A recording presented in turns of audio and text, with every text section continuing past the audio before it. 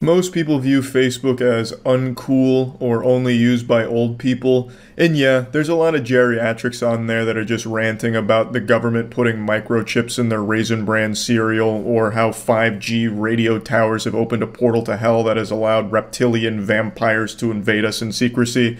But it's not just for these kind of unhinged rants and old people. It's an undeserved reputation. Nothing could be further from the truth. Facebook has some of the best video content on the internet. Nothing but straight bangers on there. I myself didn't know the beauty of Facebook content creators. I was blind to their genius. My ignorance was embarrassing. I look back on the Charlie of 45 minutes ago in disgust that I could even exist without knowing how great Facebook content creators were.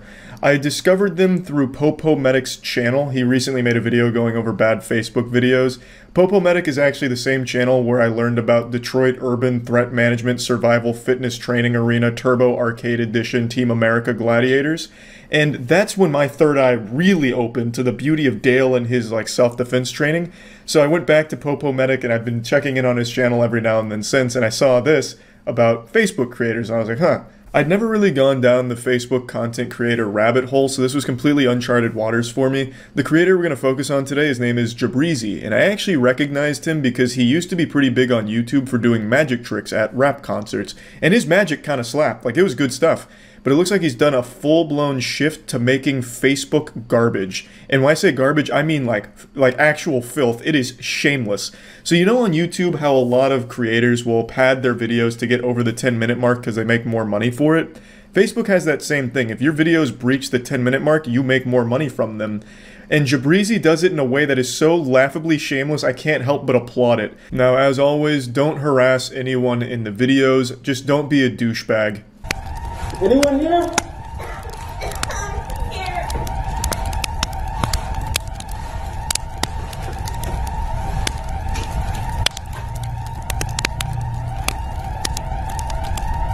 So then he just stays in that room for the next 9 minutes. That's right, 9 minutes you just sit here looking at the same hallway with nothing changing, just to make the video long enough to go over the 10-minute mark. The laziness is impressive, and this isn't like a small Facebook creator. Jabrizi has over 10.4 million followers, with videos getting over 100 million views sometimes. So this is the big time, and he's able to fucking squeeze them for all they're worth.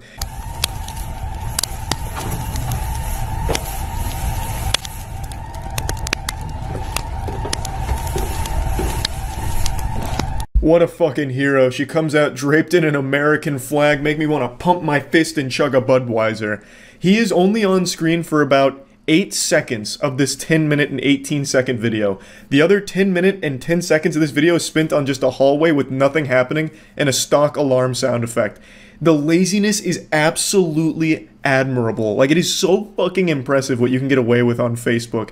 It blew my mind when I saw this one here. And people in the comments eat it up. There are people like, yeah, thank you for supporting firefighters. This is amazing. I was glued to every second of this one. I was on the edge of my seat. But then there's also equal parts people being like, why is it so long? Nothing happens. It's a waste of my time. But it still has tons of views. He gets so much money off of doing these things. It's completely effortless, and he's striking gold. He really is. I can't even be mad at him. He literally takes a concept that is about 30 seconds worth of content, if you can even call it that. And here it wasn't even 30 seconds. It was literally about 8. He takes that and then just fills the other 10, 15 minutes with nothing. Literally nothing. He just literally has a still image, basically. An unchanging shot of nothing. It's like that, what's that guy's name? John Cage, the guy who went on stage and did 4 minutes and 33 seconds of nothing while he sat at a piano. He was supposed to give a concert, but instead he just sat there on his ass and just hung out for 4 minutes. And people applauded as a really incredible piece of art. That's basically what this guy does with every video, and he makes a ton of money from it. And you're gonna see the gift. It's directly to your right, okay? Ready? 3, 2, 1. Okay, uncover your eyes and look to the right. Now, you'd expect her to see that her 2 children are right there, but she doesn't. And then you would expect her to, open the present and see them shortly after. But she doesn't. They dragged this one on for 16.5 minutes. Yeah, no fucking lie. It is constant edging and blue balls, if you can even call it that, because it's not like you're excited. You obviously know all of this is fake as long as you're not like actually senile or actually 2 years old.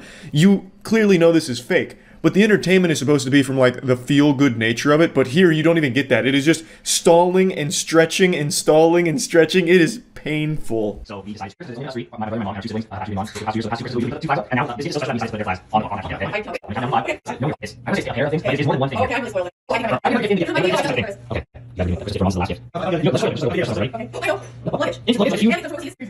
Turn that off. Remember off the desk. Maybe start with luggage. 5, 4, 3. When I get to 1, just pop out, look inside. Okay. 2. Are you ready, Mom? Yeah, I'm ready. 1. Go. Okay. Just go. Just look. Just look. 16 minutes, 42 seconds. Christmas is over at that point. If you spend that long on a single present, all the food's cold and your family's already left. Uncle's already drank himself into a coma. Like, there is no reason these videos should be this long. Even if you're just trying to shamelessly stretch to 10 minutes, Jabrizi goes the extra mile and stretches almost to 20. I also love how in almost all of these videos, you can see how bored the people waiting are. Like, I'm surprised those two didn't just collapse and faint from blood loss from locking their knees standing up like that for so long. Like, I'm surprised deep vein thrombosis didn't start setting in. Their legs just atrophying from standing still for that long doing nothing. And you can really just see the boredom and pain on their faces. It is actually shocking what you can get away with on Facebook. It blows my mind that people will sit there and eat this shit up. Very, very important. Okay, very important, huh? Why are we out here alone? I don't have a husband.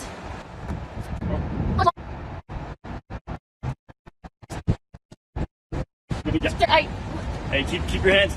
Sir, look. 121 million views on that one. It took her about like 40 seconds to put on the tummy and then the dress and put her head back on the police car, and then she sat in that position leaning on the police car for 16 minutes almost before it finally ends with her being like, ah, water broke.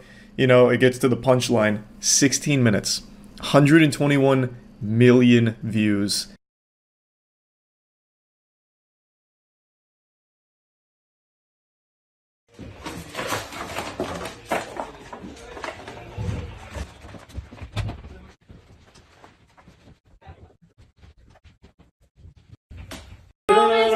I really wasn't exaggerating when I said almost every single one of these videos is exactly the same like this, where they all stretch with nothing in there, just shamelessly padding for the most amount of money they could possibly get out of the system.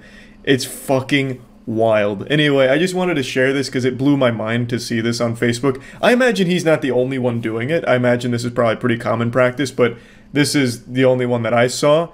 And probably the biggest, over 10.4 million followers that all watched this.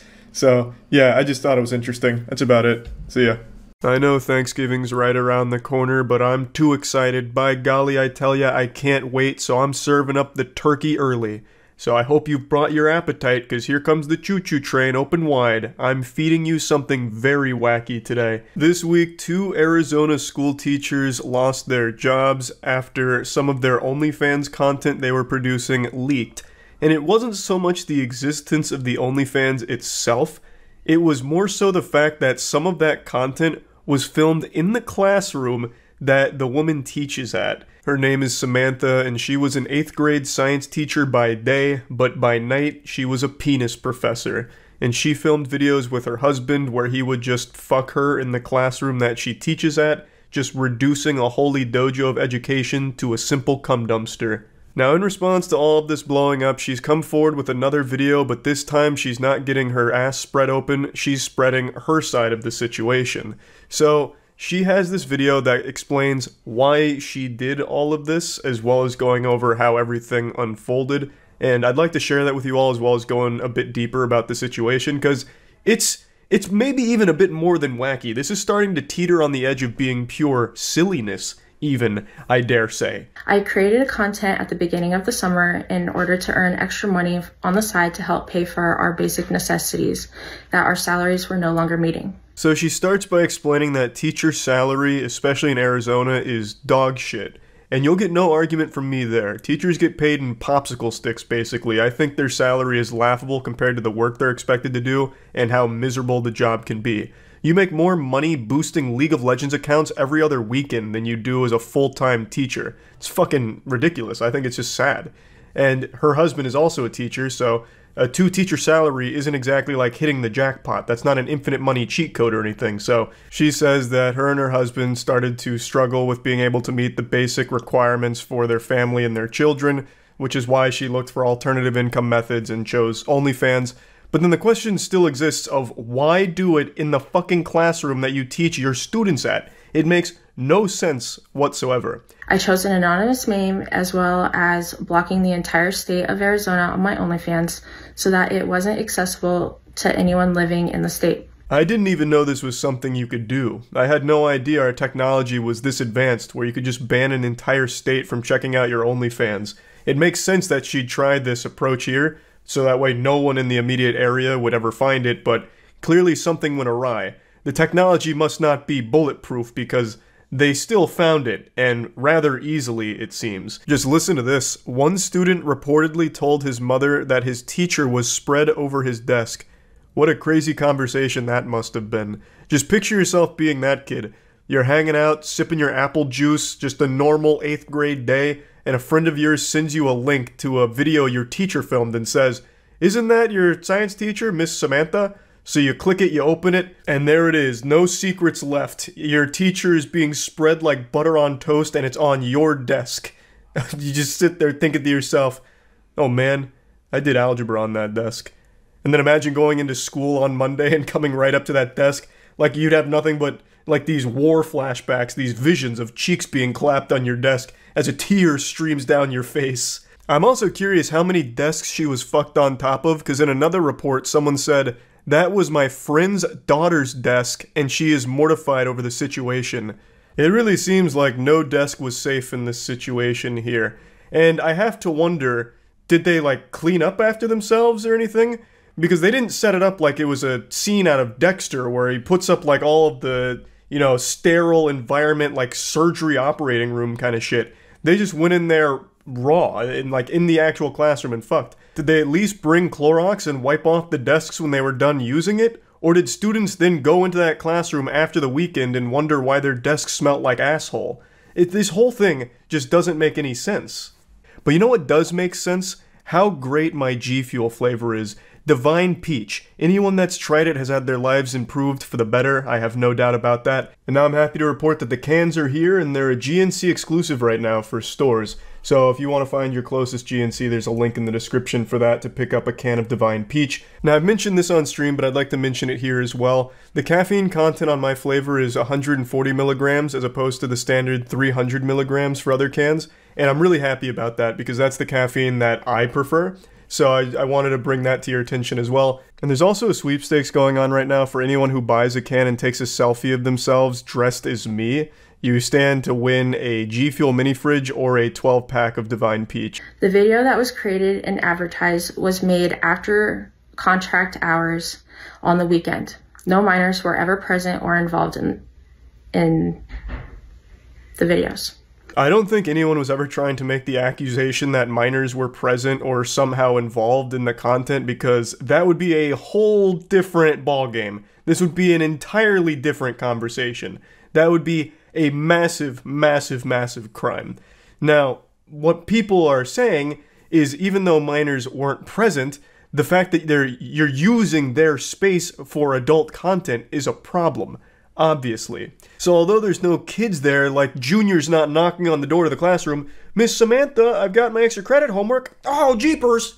Like, even though there's no kids actually there, the fact that you're fucking in their playground is an issue. You can't just go to a kid's space and film this kind of content. It's not okay. You can't just like venture on over to Chuck E. Cheese and get your back blown out in the ball pit, film it, and expect nothing to come from it, expect it to be all honky-dory. And again, why did you want to use the kids' space for your porn? Why? It's not like that was your only option. You could have done your OnlyFans anywhere else, like at home. Why did you take it and film fucking porn in the space that you teach children? It is so fucked up and weird. And also, I'm sure all of you have realized this by now, but after school hours and on weekend doesn't necessarily mean there's no kids on the campus. I remember growing up, there were always club activities and shit that would go on weekends. So it was still very possible that there were kids in the nearby vicinity. It doesn't mean that there was no kids ever even close to their situation. It just, luckily, none of the kids ever, like, walked in on this shit. The whole video also isn't helped by the fact that she's clearly reading something she wrote in Microsoft Word and is trying to, like, keep up with it. So she'll take these long pauses to scroll, and you can see sometimes she loses her place in the document.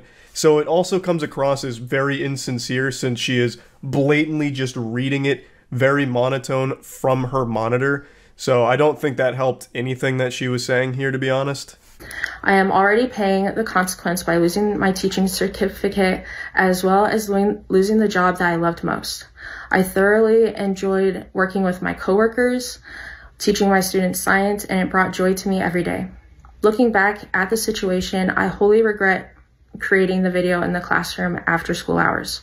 But I felt trapped in my financial situation, and I felt this was the only way that my family would be able to survive. Really? This was the only way, the only option? Having your husband give you the Big McThankies from McSpankies in the classroom you are a teacher of. That's the only way your family could survive? How? And why couldn't you just film yourself getting fucked by him at your house? In the safety and comfort of your own house, in private, away from everyone else, and certainly away from the area that kids go to learn. Jesus Christ, if the whole idea was to sell a fantasy to perverts about a school teacher being fucked on the job or whatever, why not just set that up at your house? Just get a little desk, a TI-85 calculator, and a ruler, and then still have your husband give you the business there, away from actual schools. Like, it just seems like a no-brainer. So yeah, overall, a pretty wild and wacky situation. Again, I do understand teachers do not get a fair salary. Their pay is pathetic for what they do and how important teachers are. They're, like, probably one of the most important jobs, and yet they make no money from it, basically. So I do understand the financial struggle, but that doesn't excuse what Samantha and her husband did here. All of their actions fucking in the classroom that they teach kids at is despicable and sick. So it's no excuse for their actions, but I do understand that the teacher salary is terrible. And yeah, that's about it. So yeah. I've used Uber and Lyft hundreds of times each, Uber more than Lyft, and I've never had a notably awful experience before. You know, I've never gotten into a car and felt unsafe. You know, I look at my driver and he's wearing like a trench coat and sharpening a hacksaw and then winks at me. I've never had like a really bad time with ride sharing. The only time it got wacky and weird was one time I took an Uber leaving the bar, and on the way home, I was convinced I was in the car with a prophet, like an angel. We were driving on the interstate, just two boys being dudes, and out of nowhere, the Uber driver pulls a prophecy out of his asshole. He said, "This guy's about to hit the median." And at first, I didn't know what he was talking about. I thought it was like a riddle that I had to solve or something to get money off of the Uber rides. I was like, oh, the answer is at time, you know? But then I realized he was talking about the car in front of us, obviously. And it felt really weird to me because the car wasn't doing anything weird. We were behind them for a little while, like maybe a mile or two, and they weren't driving erratically or recklessly. They didn't look like a drunk driver or anything. And then out of nowhere, a couple of seconds after he said that, he like willed it into existence. The car swerved and scraped against the median and then tried to get back into the lane. Out of fucking nowhere. I was like, oh my god, we are living in a simulation. But yeah, that was my weirdest experience with Uber and ride sharing in general. But of course I've seen the horror stories, like the absolutely awful ones, and this is one of those. This is a pretty special one. You know, I'm just trying to ask you to go to speed limit is all. I'm saying I'm gonna go. Oh. Okay. Okay. Don't really know what's going on in her car here. She's created a little crime scene there. Like, stepping into this vehicle looks like you'd be stepping into your neighbor's shitty haunted house on Halloween. It's just really goofy looking. I don't get it. I guess it's supposed to be early Halloween decorations. She's got like a blow-up sex doll in the passenger seat. Or maybe it's there to like prevent her passengers from getting up front. Like, hey, you can't sit there. Clearly, this inflatable Mr. Krabs doll's taking that seat. So just get in the back, alright? You know, I don't even know what the fuck it is. I mean, maybe it's an inflatable clown or something. I couldn't tell you, but it's pretty weird stuff. Now, what happened is the passenger asked if they could roll down the window and drive the speed limit, which I think is a pretty reasonable request because this lady's out here driving like it's Grand Theft Auto 5. I was half expecting her to try and ramp this vehicle off of a parked tow truck. She's treating it like it's Fast and Furious universe and she's trying to catch Dominic Toretto. So it's not like the passenger's being an asshole or anything, just asking, hey, can you drive the speed limit so you don't kill both of us here?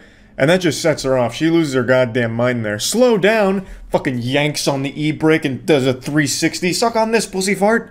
You can hear, like, this tires start screeching. She completely takes her eyes off the road, turns around and starts swiping at the camera like she's a kaiju, like Godzilla trying to knock over a building. And meanwhile, the passenger's laughing the entire time. The absolute fucking dick on this man, the fucking balls of pure adamantium to laugh through an experience like this is inspiring. They could have very easily died here. The driver went feral and totally forgot they were operating a vehicle. This could have ended up like the Billy Madison scene where O'Doyle Rules just fucking shoots their car off a cliff like a missile. And meanwhile, the whole time, the guy's just giggling about it. Alright. The car now. Well, you're Get out of my car now. hey, you're gonna have to open that trunk. I'm not going anywhere until you open that trunk. Get out. Unironically, she starts squealing. Literally squealing. This is what a small dog sounds like when it's trying to intimidate a larger dog, but it's also very afraid as well. It actually sounds like somebody stepped on a toad. It is shocking that a human being can make this noise with their vocal cords. This is what it sounds like to smoke 15 packs a day. Alright. The car now. Well, Get out of my car now. hey, you're gonna have to open that trunk. Sorry to hit you with the surprise instant replay on the Jumbotron. It's just I'm so impressed with her ability to hit this screeching note. This is the brown note. Like, hearing that makes a human being involuntarily shit themselves. This is such an abhorrent sound. It's like someone's recorder broke, but they still desperately tried to play hot cross buns on it. Get out. Get out. Get out. Nope. Get out. You're gonna have to get my bag out of your car. You think I fucking want? I just want my bag, man. That's all I want was my bag. Thank you. Thank you. Thank you. Thank you. Fuck your mom and shit. Yeah, I'm no Phoenix Wright Ace Attorney, but I'm pretty sure this is a highly illegal act here. You can't just pull over on a busy interstate and kick out the passenger because they could easily just get hit by a car and die, and you're fully responsible for it. What a remarkably reckless decision from this asshole here. But credit where credit is due. She did slam him with a real humdinger, saying, fuck you and fuck your mom too. So she tossed in a your mom there, so she really got him. I was really hoping she'd double down and go for a D's nuts as well. Just be like, hey, yeah, you can you get off at the D's exit and find another Lyft. D's nutties. Then she fucking peels out, and drifts in there. But she handled herself like a professional, only sticking with a your mother statement as she launched his suitcase across the road. What am I deal with that? I got it all on camera too, everything. Me too. So she's running around barefoot like a hobbit, threatening an Uno reverse card, saying, well, I'm also filming everything, so that way we have two angles of how stupid I am and how reckless of a driver I am. I don't think there's any world or any multiverse out there where there's a single reality where what she was doing was justifiable. She was driving extremely fast and reckless. She turned around to swipe at the guy's phone while driving extremely fast. Tires screeching, and then pulling off to the side of the road to kick him out. Pretty hard to defend stuff, I'd say.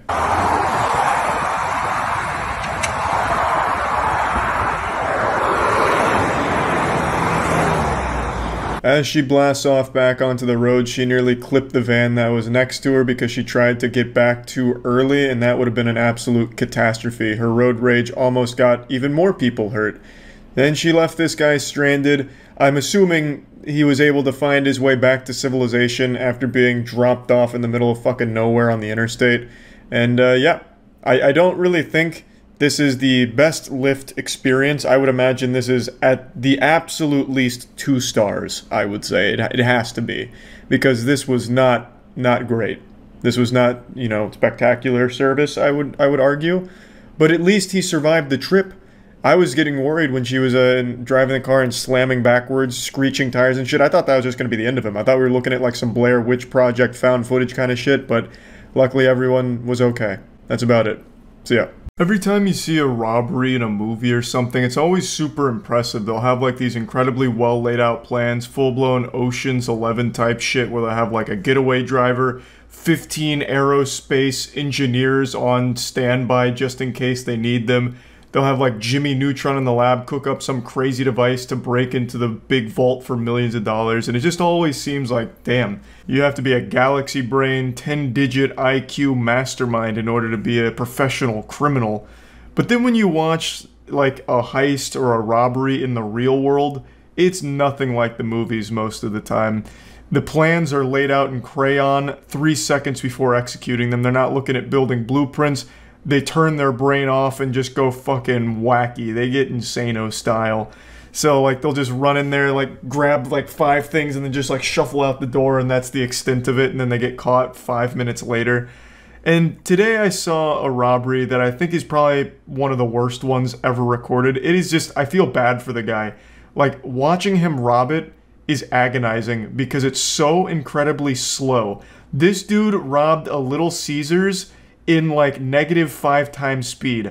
I felt like I was watching an NFL replay while watching this man try and rob the cash register. They filmed him for over 1 minute and 30 seconds. He just sat there trying to rob them.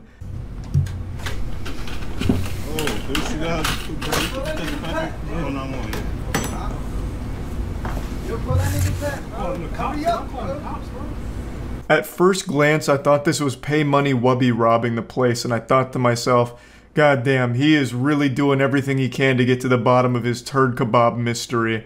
But then I realized that this is just like a generic default character in GTA Online. This was just like a preset. This guy is coming in here not even trying to disguise himself. Like, he didn't even bother to cover his face. He put on sunglasses, but they're too loose and they keep falling off. It's a disaster.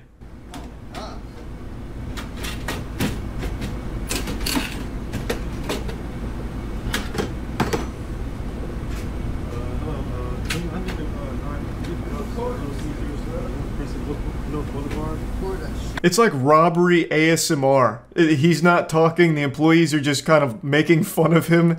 It's just like they're roasting him. No one's taking him seriously. It's so unbelievably goofy. And the thought process here to rob a Little Caesars, bro, the pizzas are $5. How much money do you possibly think you can get from the cash register? He was better off just taking the whole register and trying to sell that. He would have made more money that way. He's going through this whole song and dance prying open the cash register, but he probably would have made more money just standing outside making balloon animals for people that came into the Little Caesars. He would have got more in tips than he did out of this register. It is $5 pizzas. I don't know what he was expecting. He hasn't exactly hit fucking Fort Knox here. It's Little Caesars. $5 pies. Like, I think he maybe got $20. Maybe.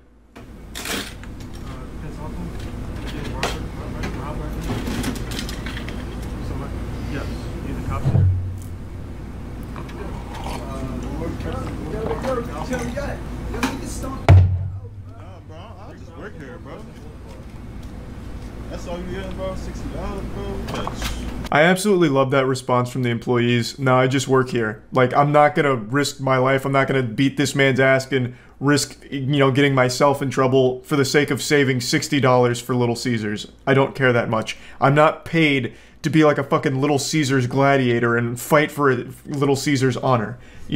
That's the right way of handling things. Just the employees like, hey, all right, you're robbing it? Okay, I'm not gonna stop you. I'll just call the police, which they do. And then they just sit here and record all of it for evidence. And this man just keeps flashing the camera with his whole goddamn face. They did the absolute perfect thing here in this situation. Take that whole shit. Let me get some. Yo, this nigga really just sitting here, bro. Yo, that's all you gonna take? Don't touch nothing. Don't touch nothing. Don't touch nothing, bro. Don't touch nothing. No fingerprints, huh? Yes. Yes. This is where it gets so good. So this guy with all 3 brain cells and every neuron in that goddamn barren wasteland of a head starts firing, and he's like, oh my god, I left my fingerprints at the scene. I know what happens next. I've watched CSI Miami. So he goes back in and tries to wipe down the register, as if the fingerprints are the main concern here, even though he's flashed his whole face with no sunglasses to the camera like 8 times by now. And he's doing all of this in the slowest speed imaginable. He's entered cruise control. It's like there's so much evidence here, and the one thing he's concerned about is fingerprints. So he goes in and tries to clean the scene. Very thorough job too. But greed gets the best of him. He became gluttonous. So he goes in for more money, leaving more prints.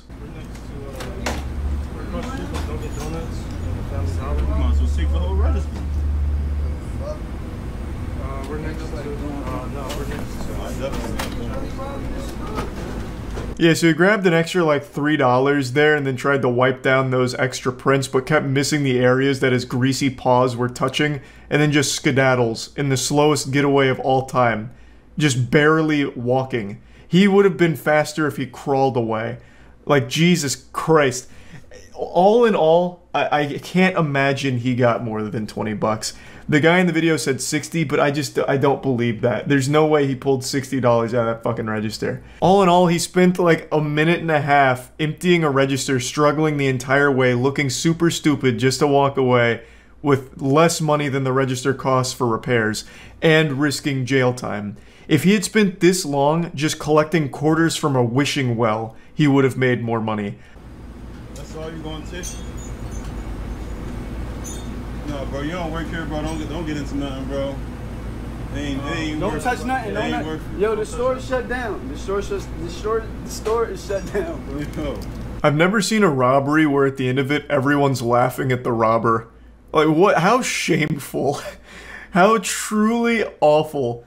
The most miserable and slowest robbery ever recorded here. It's like a PSA. You know those like over-the-top PSAs where it's like, you don't want to smoke a cigarette because you'll explode. And they just have like these crazy exaggerated cigarette smoking things. That's what happened here with this robbery. This is how, watch out kids, you don't want to rob. Look at how hard it is. And he's like fucking struggling with it for 2 minutes. Oh my god. There's no follow-up. I don't know if he got arrested. There probably won't be a follow-up since it's like a petty crime, but I'm sure he didn't get away for long. He was probably arrested in the parking lot because he probably just sat there. I don't even think he even bothered to like get away. But you can also see that the customer that had come in while the guy was still robbing them was really contemplating if it was worth beating this guy's ass. He could have easily snapped him in half, I think, and then he even like, you know, wandered out the door a bit to contemplate further, but the employees are like, bro, it's really not worth it. And it wasn't, you know, he didn't need to beat his ass. This was far more embarrassing than any ass beating could have been. So hopefully that customer also did get like some pizza or something, and they all just laughed about it. What a remarkably embarrassing robbery, and I just wanted to share this today because it put a smile on my face, so yeah, that's about it. So yeah. There's no better way of starting your morning quite like a nice bowl of spaghetti and an extremely goofy story about a Miami teacher showing a 4th grade class a horror movie about Winnie the Pooh basically being a cannibal. It's an extremely weird story I can't wait to dive into. So apparently he showed them this movie by accident. I don't know how you make that kind of mistake considering the movie's title is Blood and Honey. Like, I don't know what he thought that meant. Like, maybe, you know, blood of Christ. Maybe he thought it was very religious. I have no clue. But even when he played the film and the kids were asking him to turn it off, he refused to. So it doesn't really sound like an accident to me. This sounds like some kind of weird, nefarious prank. Like, I don't know if this is an Impractical Jokers situation where he had someone in his ear telling him that he had to play the entire movie to the classroom. I have no clue. But this is a movie I actually made an entire video on because of how shitty it is. So I can promise you, even if this wasn't played for a 4th grade class, anyone this movie is played for will be begging you to turn it off. I was almost begging the movie theater to turn it off when I was in there watching it. It is trash. Before students from the Academy of Innovative Education were let out of class, this mother let out her frustration. I feel completely abandoned by the school and Michelle Diaz reached out to CBS News Miami.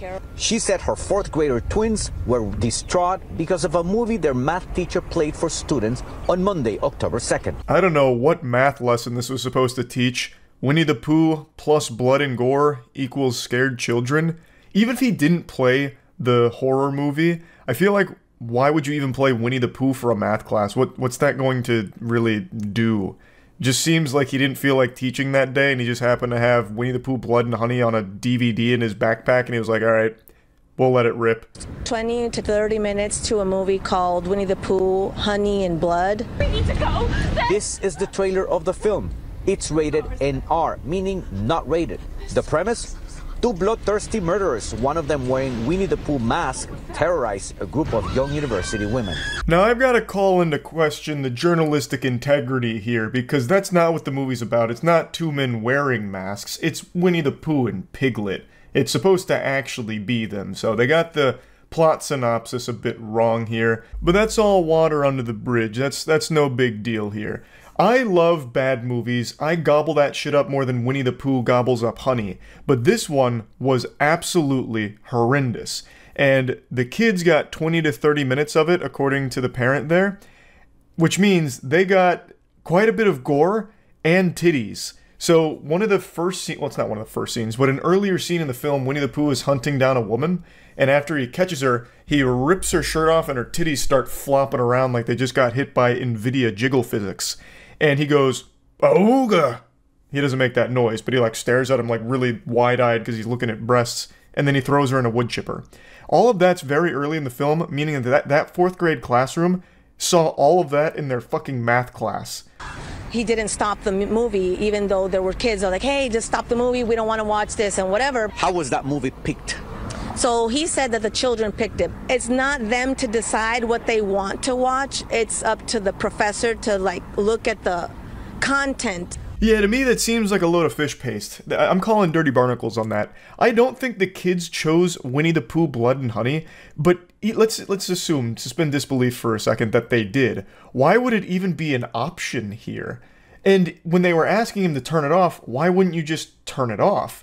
You know, like, it doesn't seem like this was accidental. It doesn't seem like, oh, you made your bedtime to lie in it. You wanted Winnie the Pooh Blood and Honey? You're getting Winnie the Pooh Blood and Honey, you little bastards. You fucking rapscallions. Just should have been able to instantly recognize that this isn't the type of film that should be playing for a fourth grade classroom.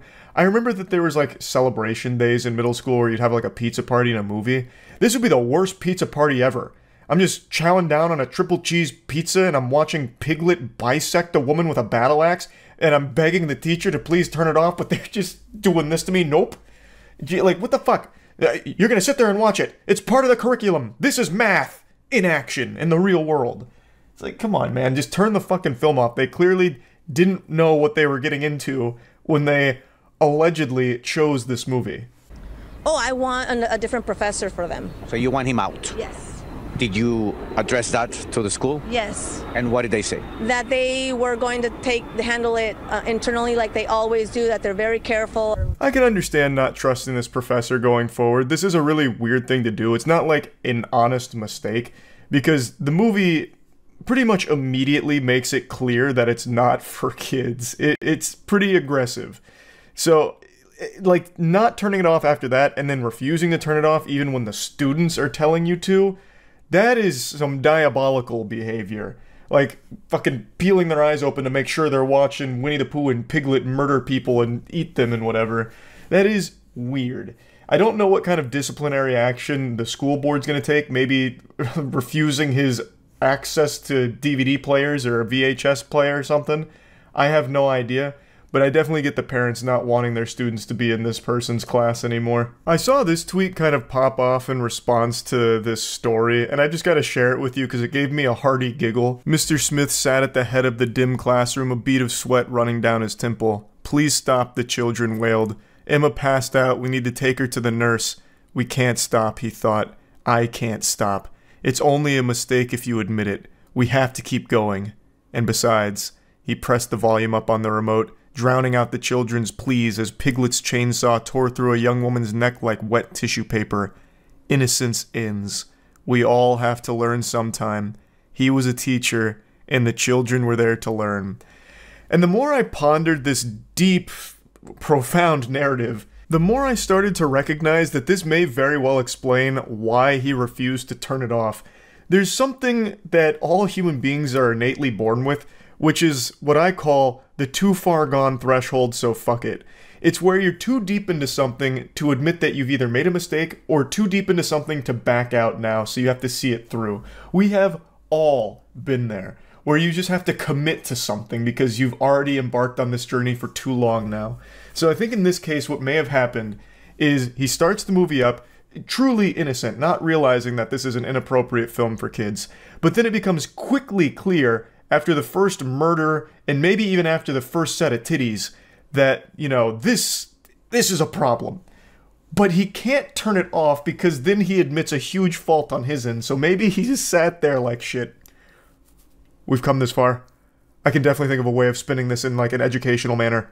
Okay, so perhaps the honkers, the two honkers, are representative of algebraic expression, the FOIL method, first, outer, inner, last, okay, yes. And Winnie and Piglet on a murdering rampage is a lot like slope-intercept form. Like, I actually do think there is real merit to this theory that perhaps he was just too deep in it and he thought it'd be worse if he just turned it off and admitted that he fucked up. So he just sat there trying his best, sweating profusely, to think of a reason why this film was playing for 4th graders.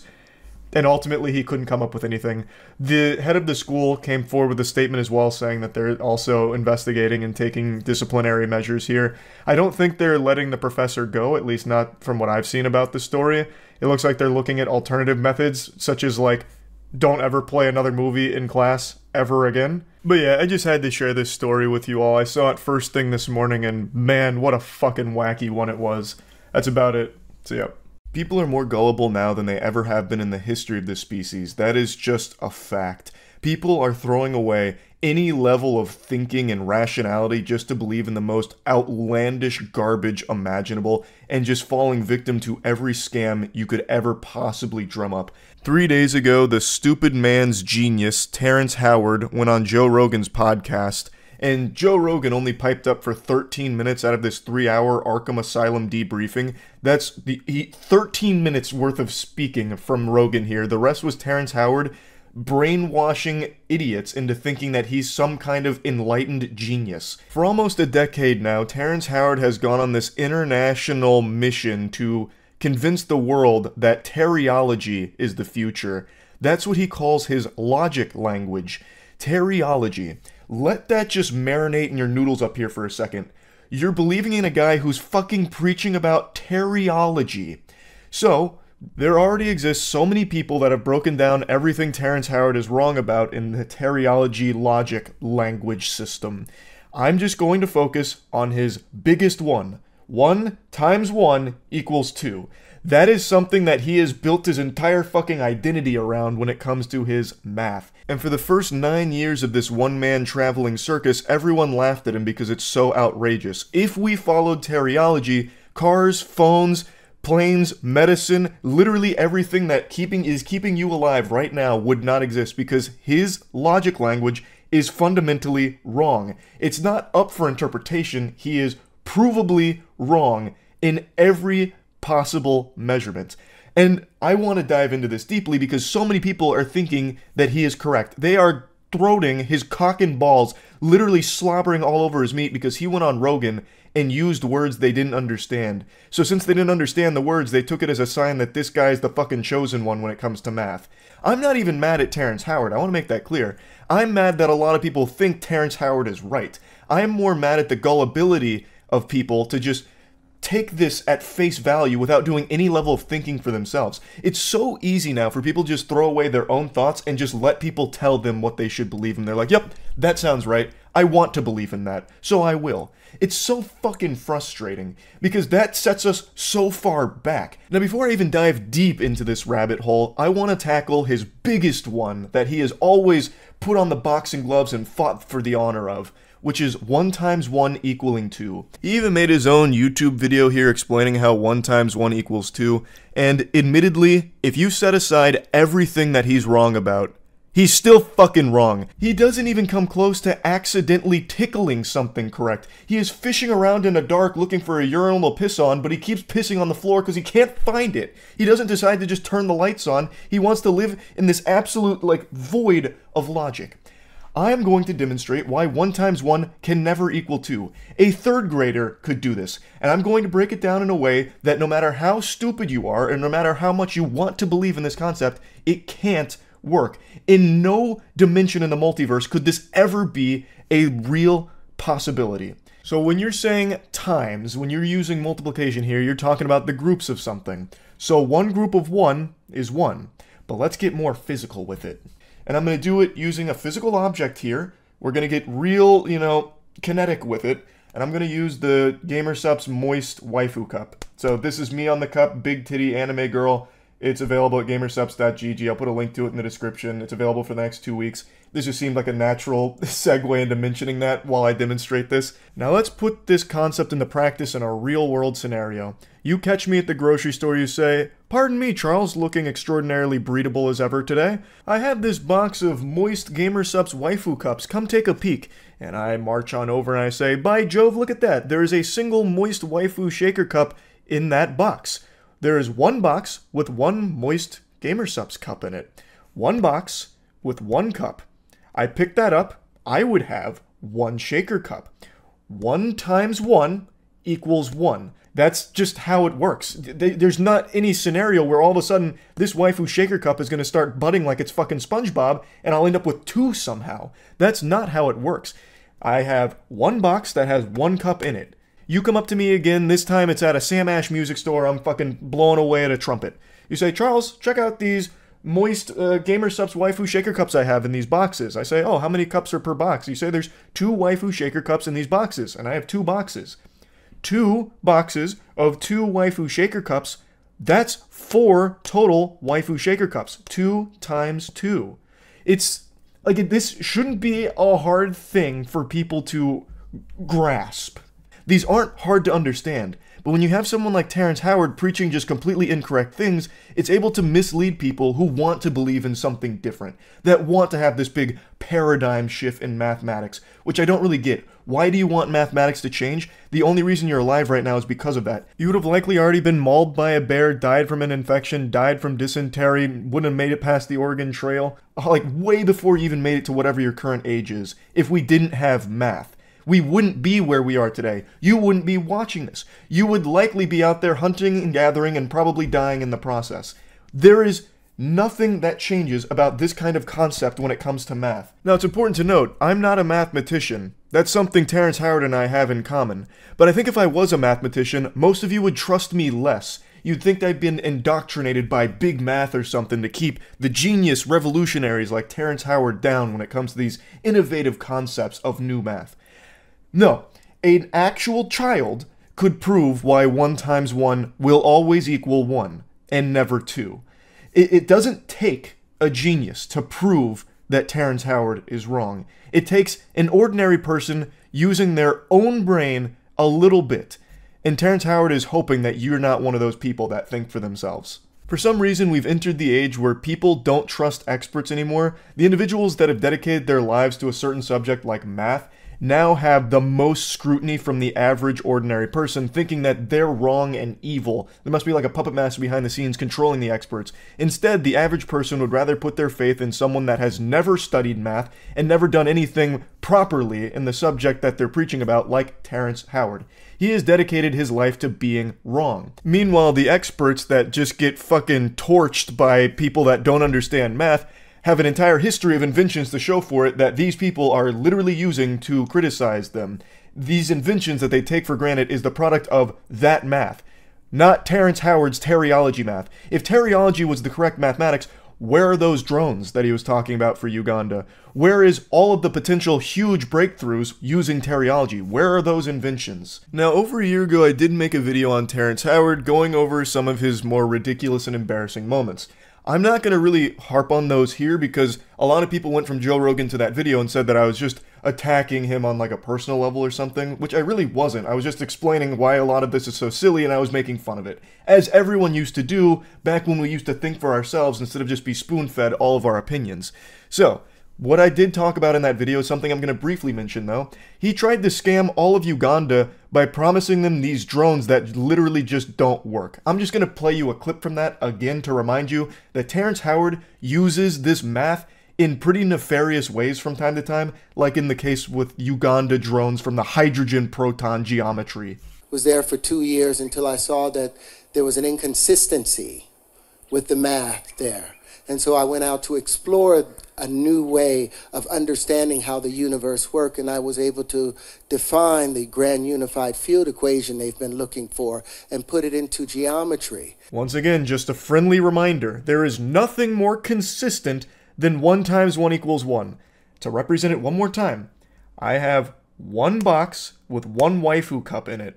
1 times 1. The total waifu cups is 1. One box has one of these in there. There is one of these in total. And then with that geometry, I was able to put props on that. And what I'm saying is now we have invented a new form of flight that I would like to bring here to Uganda to replace the drones, to replace the helicopters, to replace the planes. Now, this is the geometry of hydrogen. Of hydrogen. Hydrogen. This is the proton itself. So any bond that hydrogen can make, our linchpins are able to make. It's been 2 years since this, and it doesn't seem like Uganda's any closer to having those Terrence Howard promised hydrogen proton geometry new flight machines that reinvent flight as we know it. But maybe it's just a project that takes a long time. Maybe he's at Area 51 right now cooking that shit up with the aliens. Who's to say? There's just no updates on it. So I'm excited to see Terrence Howard's update on these hydrogen proton geometry flying machines. But let's be fair here, let's take a peek at both sides. Terrence Howard actually did publish something trying to prove that 1 times 1 equals 2 and that the world of science and math is wrong. You can read through the whole paper yourself if you'd like, and hopefully you'd come to the obvious conclusion that he is still incorrect in everything that he's breaking down here. He's using all these incredible leaps in logic to get to his conclusion. What I want to highlight, though, is in his own paper here, he has a whole section dedicated to the Anunnaki Sky People. Some call them the Anunnaki, the Sky People, whoever they were that gave naive generations some 6,000 years ago a multiplication table and a flat view of universal geometry. They gave that poor, misguided people a false axiom upon which to build their world. In a paper that's supposed to all be about logic and math, where the fuck did the Anunnaki Sky People come from here like a jump scare? What in the world? That should immediately trigger your bullshit alarms. That is unhinged to include in this. Like, it showcases that he fundamentally doesn't even understand where math comes from in the first place. He makes it seem like math is something that was given to us. Math is not an invention. Math is a discovery. It's something we learned. It's not something that we created based upon an Anunnaki Sky People gift. A ruse from the Anunnaki. Also, I love how he can just slide in whatever nonsense he wants without any type of citation or proof behind it. Oh yeah, this is all based upon what the Anunnaki gave us 6,000 years ago.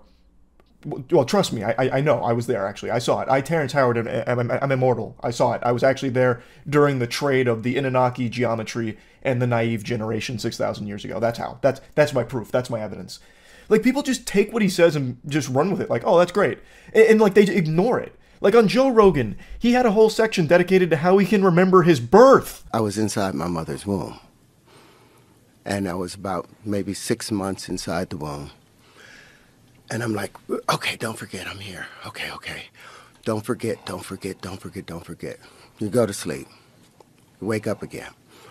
Now something's moving in front of you. And you're like, oh, that's my friend. But I had a different name for it. I didn't know it was my hand. But I knew I had a title for it. Go back to sleep, all of those things. Then ultimately you get ready to come out. I remember all of that. You remember coming out? Remember being compressed. That is legitimately not possible. There were some doctors that weighed in on this because a lot of people were like, this is incredible. He truly is like this super genius. He even remembers being in his mom's womb. You can't. You actually can't. You don't even start storing memories in your brain at those stages because it is still developing. So they're not fully developed. Thus, those parts that are responsible for memory storage and memory retrieval aren't there yet. You can't. And you certainly wouldn't be able to recall them.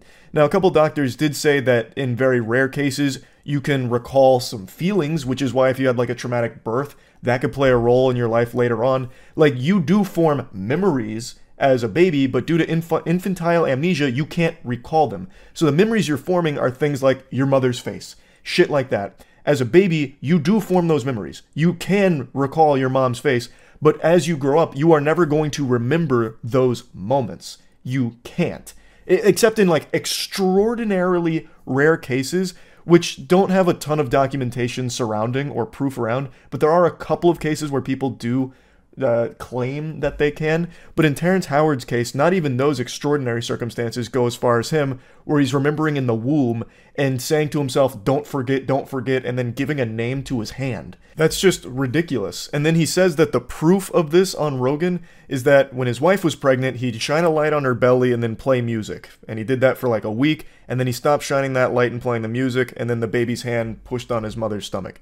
That was his proof that Terrence Howard remembered everything in his mom's womb.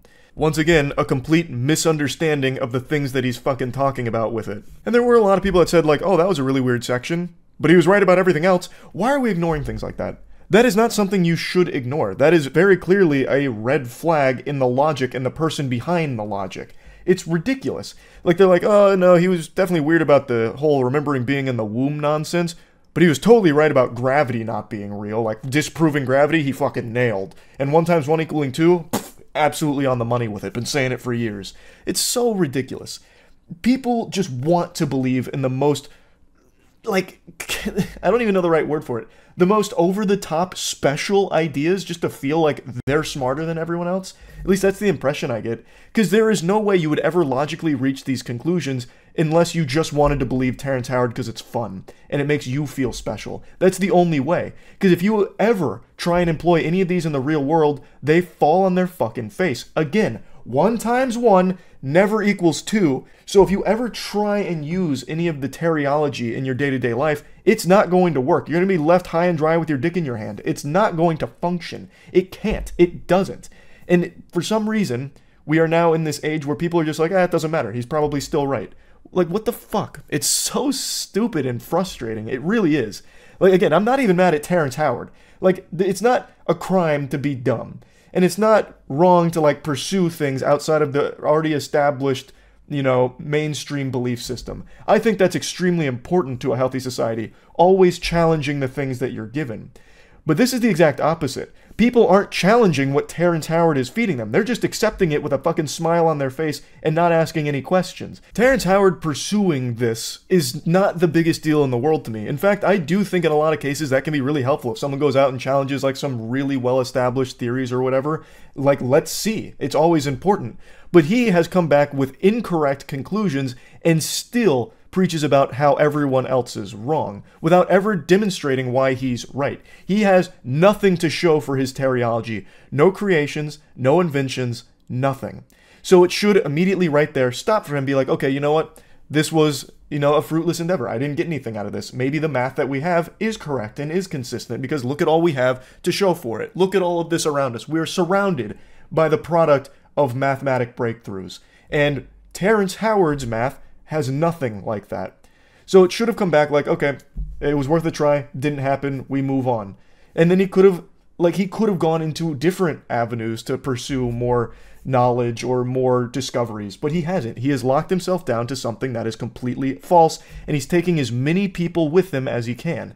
And I think that shit sucks. People need to stop just taking in other people's perspectives as their own and start actually just thinking for themselves and putting into practice the things that they're being told to see if they make sense and if they're right.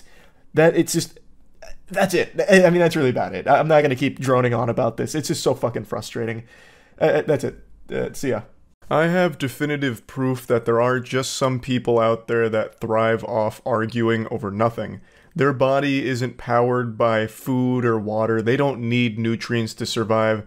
They just need fury of a nonsensical, worthless argument. It's like a plant with photosynthesis absorbing sunlight, but for them, it's absorbing anger. I'm jogging, I'm trying to take my trash out. Okay, and you can do that. I'm trying to go home. I just did work. Like, you don't need to swear at me because your dog, talk to your dog. As a neighbor, you need to walk away. As a neighbor, no, I don't. You should be able to control your dog. And I'm literally right here. You're being weird. You need to exit the door. Apparently right before filming, that woman's dog had like lunged at the lady filming or something like that. I don't think it was like aggressive or anything, but then the dog owner had a big ol' fucking conniption about the whole situation, and then it led to this. You can go now. I mean, I have a lot going on here. You need to be normal. You need to be normal. You literally just told me to back the fuck up. I'm going to my home. Okay, and that's not how you speak to people. You could literally have said... talking to me. No. I'm gonna send this to the office because this is ridiculous. I live here. I am literally trying to go. You can go. Is he attacking you? Did I say he was? You acted like he was gonna attack me. I said hi to him. He ran up on me. I have 2 hands, buddy. I love that she tried to play the I'm a woman card on a woman who's filming her. I don't know what the thought process was there. It's probably just one of her default tactics here, one of her ace in the hole type of maneuvers or anime finishing move with the I'm a woman, and it just clearly doesn't work in this situation. I can't fully even grasp what the fuck the problem is. The woman filming is doing nothing to impede the other lady's movement here. It's not like she's posted up like a bouncer at a lacrosse house asking who she knows and forbidding her from getting off the elevator or anything. She is inviting her to get off the elevator and go handle what she's gotta handle, take the trash out, do some whippets behind the dumpster of the apartment complex, whatever. And for some reason, this lady just keeps blocking the elevator for like 10 fucking minutes over nothing, just to sit here and screech. Okay, and 2 hands. And a door frame. Okay, you can get there. To understand yes, and you started hollering at me and screaming at me, and now I'm recording.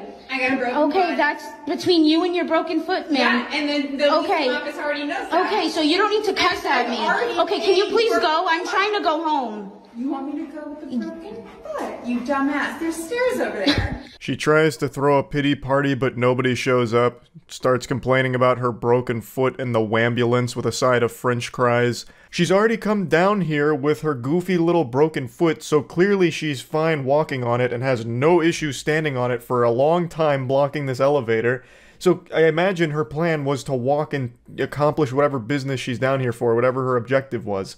I don't think she's here waiting for a stretcher to carry her there, so she's clearly already walking on that fucking fractured foot.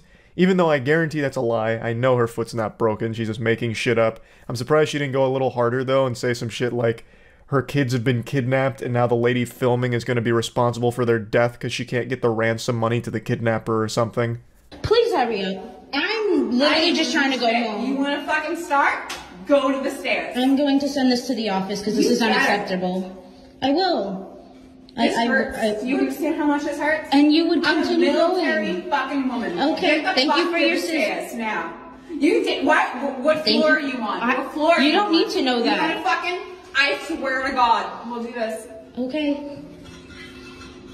I'm a single ass woman who provides for herself, and I would like to respect you, but She's just diarrheaing every single... Hello there. You upset about that woman as well? I know.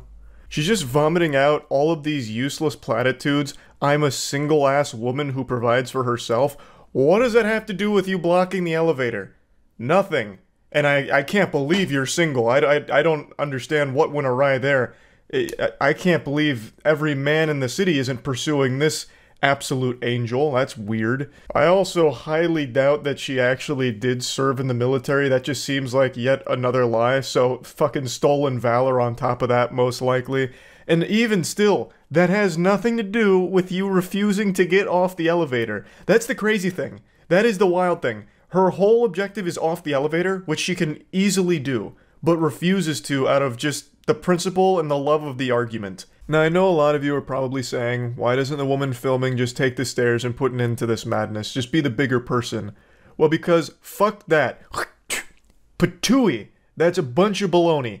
At this point, stay there, and if her foot really is broken, make sure that it is agonizing by the end of it, that shit swells up and doesn't heal properly. This lady is a piece of shit. I don't think the woman filming is in the wrong here for sticking around out of just sheer... pettiness is the wrong word because it's not petty. She wants to go home and she might live on like a high floor in this complex and doesn't want to take the stairs, which is totally reasonable, especially after a long day of work. I think that's totally fine. This woman has no reason at all to be blocking the elevator for this long and refusing to let her go home. So, her taking the stairs is admitting defeat, and she shouldn't have to admit defeat in the face of such a fucking weak, useless opponent like this lady. You didn't respect me as soon as you got off the elevator and told me to back the fuck up. Dude, we're not doing this. Okay. You already know what you did. You didn't do anything, but I'm definitely gonna record because this is ridiculous. Yeah, you are recording. I'm aware of that. Okay, I'm just letting you know that I'm sending this to the office. You can wait all night. You're the one who's in my country. What the fuck have you done? All right. Thank you for your service, ma'am. Yeah, I know. Okay. Yeah, we'll do this. We'll do this all night. You're the one complaining. Technology? Yeah.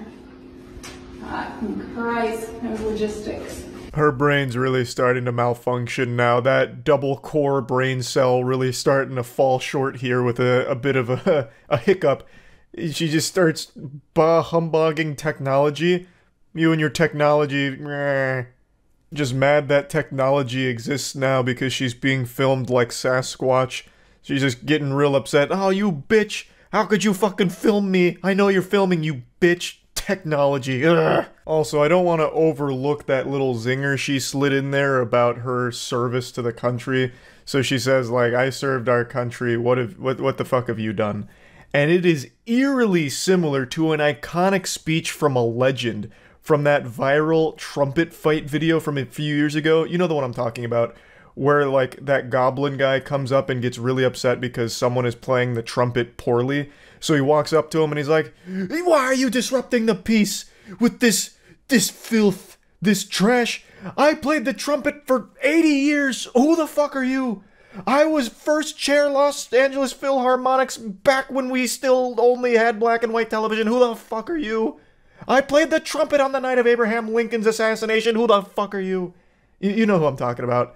It's an iconic moment, and for a brief second here, this lady in the elevator was channeling some of his energy, and I appreciated the callback. This foot is actually fractured. I swear to God. I'm sorry. I'm so sorry for you, but the way you just disrespected me for no reason. You're a piece. This is not happening. I literally was just trying to go home. I literally got off of a long shift. I'm trying to go home. Stairs. I have a fractured foot. Common sense. Walk up. It was around this moment where I was just completely lost and gave up hope of trying to even have a minuscule grasp of the situation. So it seems like the lady is now wanting to go up the elevator. So at first I thought she just wanted to go take the trash out and shit. But now it seems like they both wanted to go up the elevator, but the lady on the elevator told her to get off and take the stairs instead. Actually just making this whole problem out of thin air. All of this hoopla over nothing. And I guess the dog may have like approached the woman filming, which then caused the dog owner to freak out as if the person filming did something wrong because the dog came up to her. Like that's now my understanding of it, though I think that could still be totally incorrect because none of this makes sense. The plot here is totally fucking lost. It's all nonsensical. I also like how she keeps going on about her broken foot, saying that it's common sense that someone with a fractured foot wants to use the elevator, so you should use the stairs. I don't even know where to start with that pile of shit statement. You're not wearing a boot or a cast or anything on it. It's not like it's immediately identifiable that you're injured, which I just don't think you are to begin with. You're just pulling things out of your ass. But regardless, how does that track? Like, how does that logic track? If your foot is broken or fractured and you use the elevator, why does that now prevent everyone else from using the elevator as well? It's not like you need the whole fucking elevator. You don't take up all that space. How am I supposed to know that there's a person with a fractured foot getting on the elevator? Exit signs all over here. Is your analysis all I was trying to do was get on the elevator. You told me to back the fuck up. So I'm just confused. I'm definitely bringing this to the office because this is unacceptable. I should not be being treated this way in a place that I live by someone else who lives here too.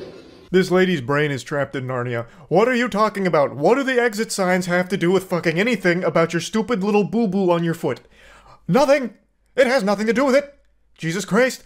She is trying to find every possible thing to argue about because it is the only excitement she gets in her life. It's the only thing that keeps her going. Can you move out of my way? And you started attacking me. Are you serious? I really hope there's a camera I here. am serious. Oh my goodness. Exactly what you're doing. I'm glad there's stamps on this.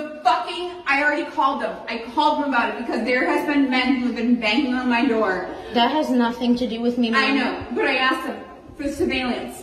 Can you, because my door is up there. Men have been banging on my door and I've opened it. And I'm sorry that that's happening to you, but I didn't do that. I didn't do that to you. Psychosis. This has to be a psychotic episode here.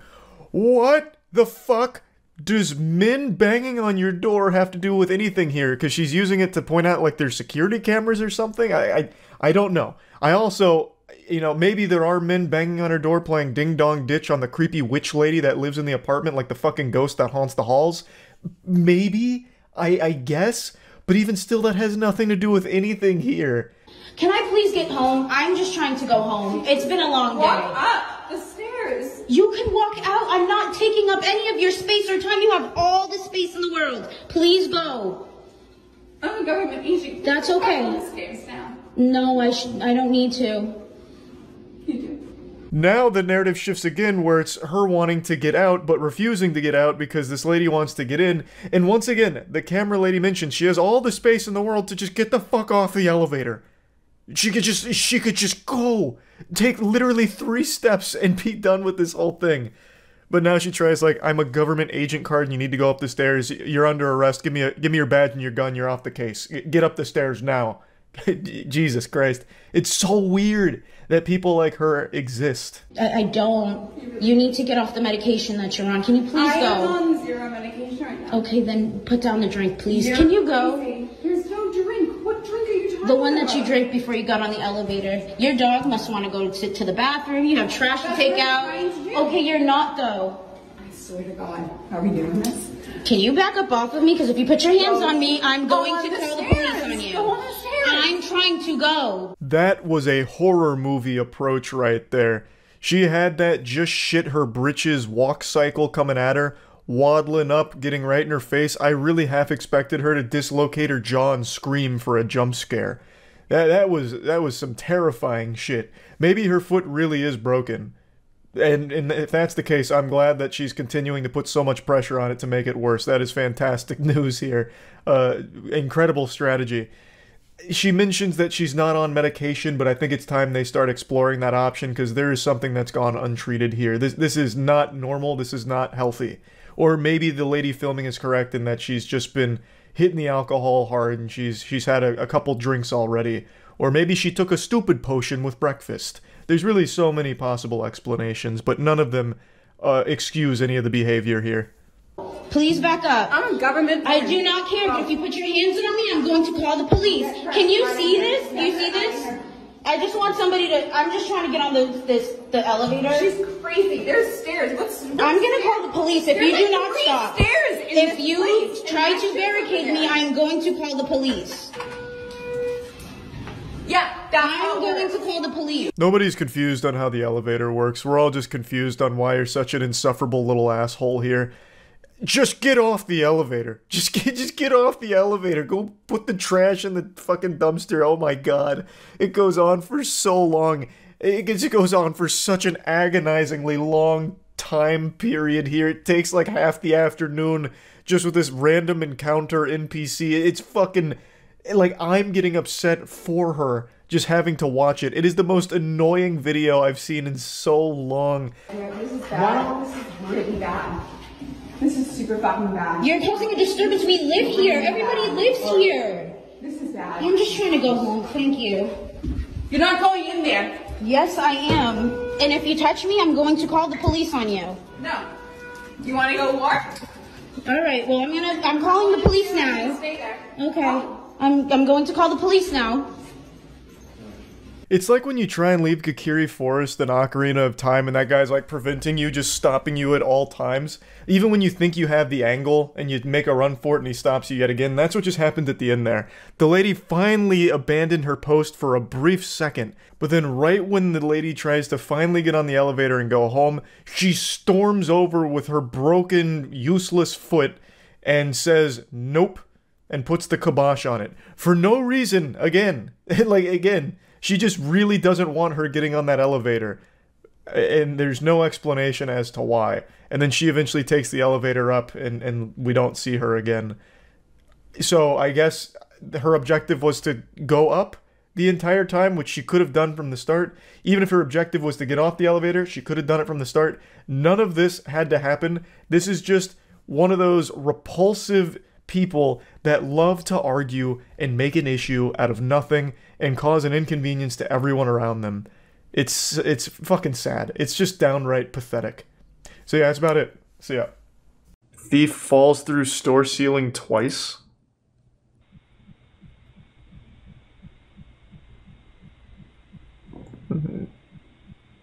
Oh, he's over here. Oh, this guy's a genius. He set up a decoy. I thought this was him. I was wondering how he gets to the ceiling. Oh, we got a real fucking criminal mastermind here. He thought of everything. It's like some shit out of Johnny Bravo when he went to steal a giant diamond. He's got like a little rope and everything. I just don't get it though. Thank God for that rope, am I right? A nice slow descent. What's the point?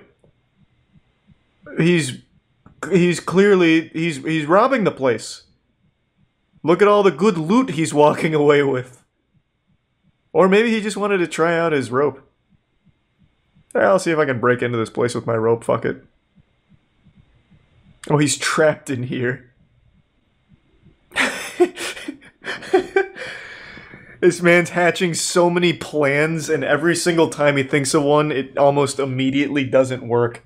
But he's on to something now. Unfortunately, the title spoils what happens next, but I like where his heart's at. He's hatched an idea and he's acting on it. I can't imagine where he falls through next. Why would you climb up here and then go this way? Oh, I see. He never even made it onto the panels. I wonder how he's doing now. Oh, he's fucking cooking. He's almost out. I see it.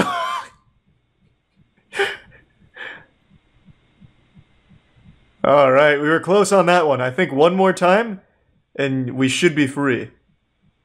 Man's gonna just call the cops on himself to let him out. What do you mean if you know the whereabouts of this subject? He's still in the store. It's become his sarcophagus. He hasn't left. Just check the store. Oh my god, he falls through the roof as well. Or the ceiling. Man, how many fucking people fall through ceilings? I used to do vodka coke. That was always my mixed drink of choice. Cheap. And it just tasted like drinking very cold Coke. Very unpopular mixed drink though. None of my friends liked it, and every time I ordered it at the bar, they always very confused and gave me some shit. So the owner's trap was locking all the doors? He's delivering some really strong kicks there. That door is putting in work. Oh, and he's going with the old horse kick as well. This is not his first rodeo kicking down a door, but he has never fought an opponent like this. That shit is vibranium. So what is he even doing here? It doesn't look like he was even trying to rob the place. It looked like he was escaping. Oh, that's rough. Oh, there goes the hammer. Are we sure that this belongs to just like a normal shop owner and not somebody that was like torturing this guy and he finally got an escape going? Only to get trapped in the second phase of the solve trap. Because it didn't look like he was even trying to rob this. He's getting really close.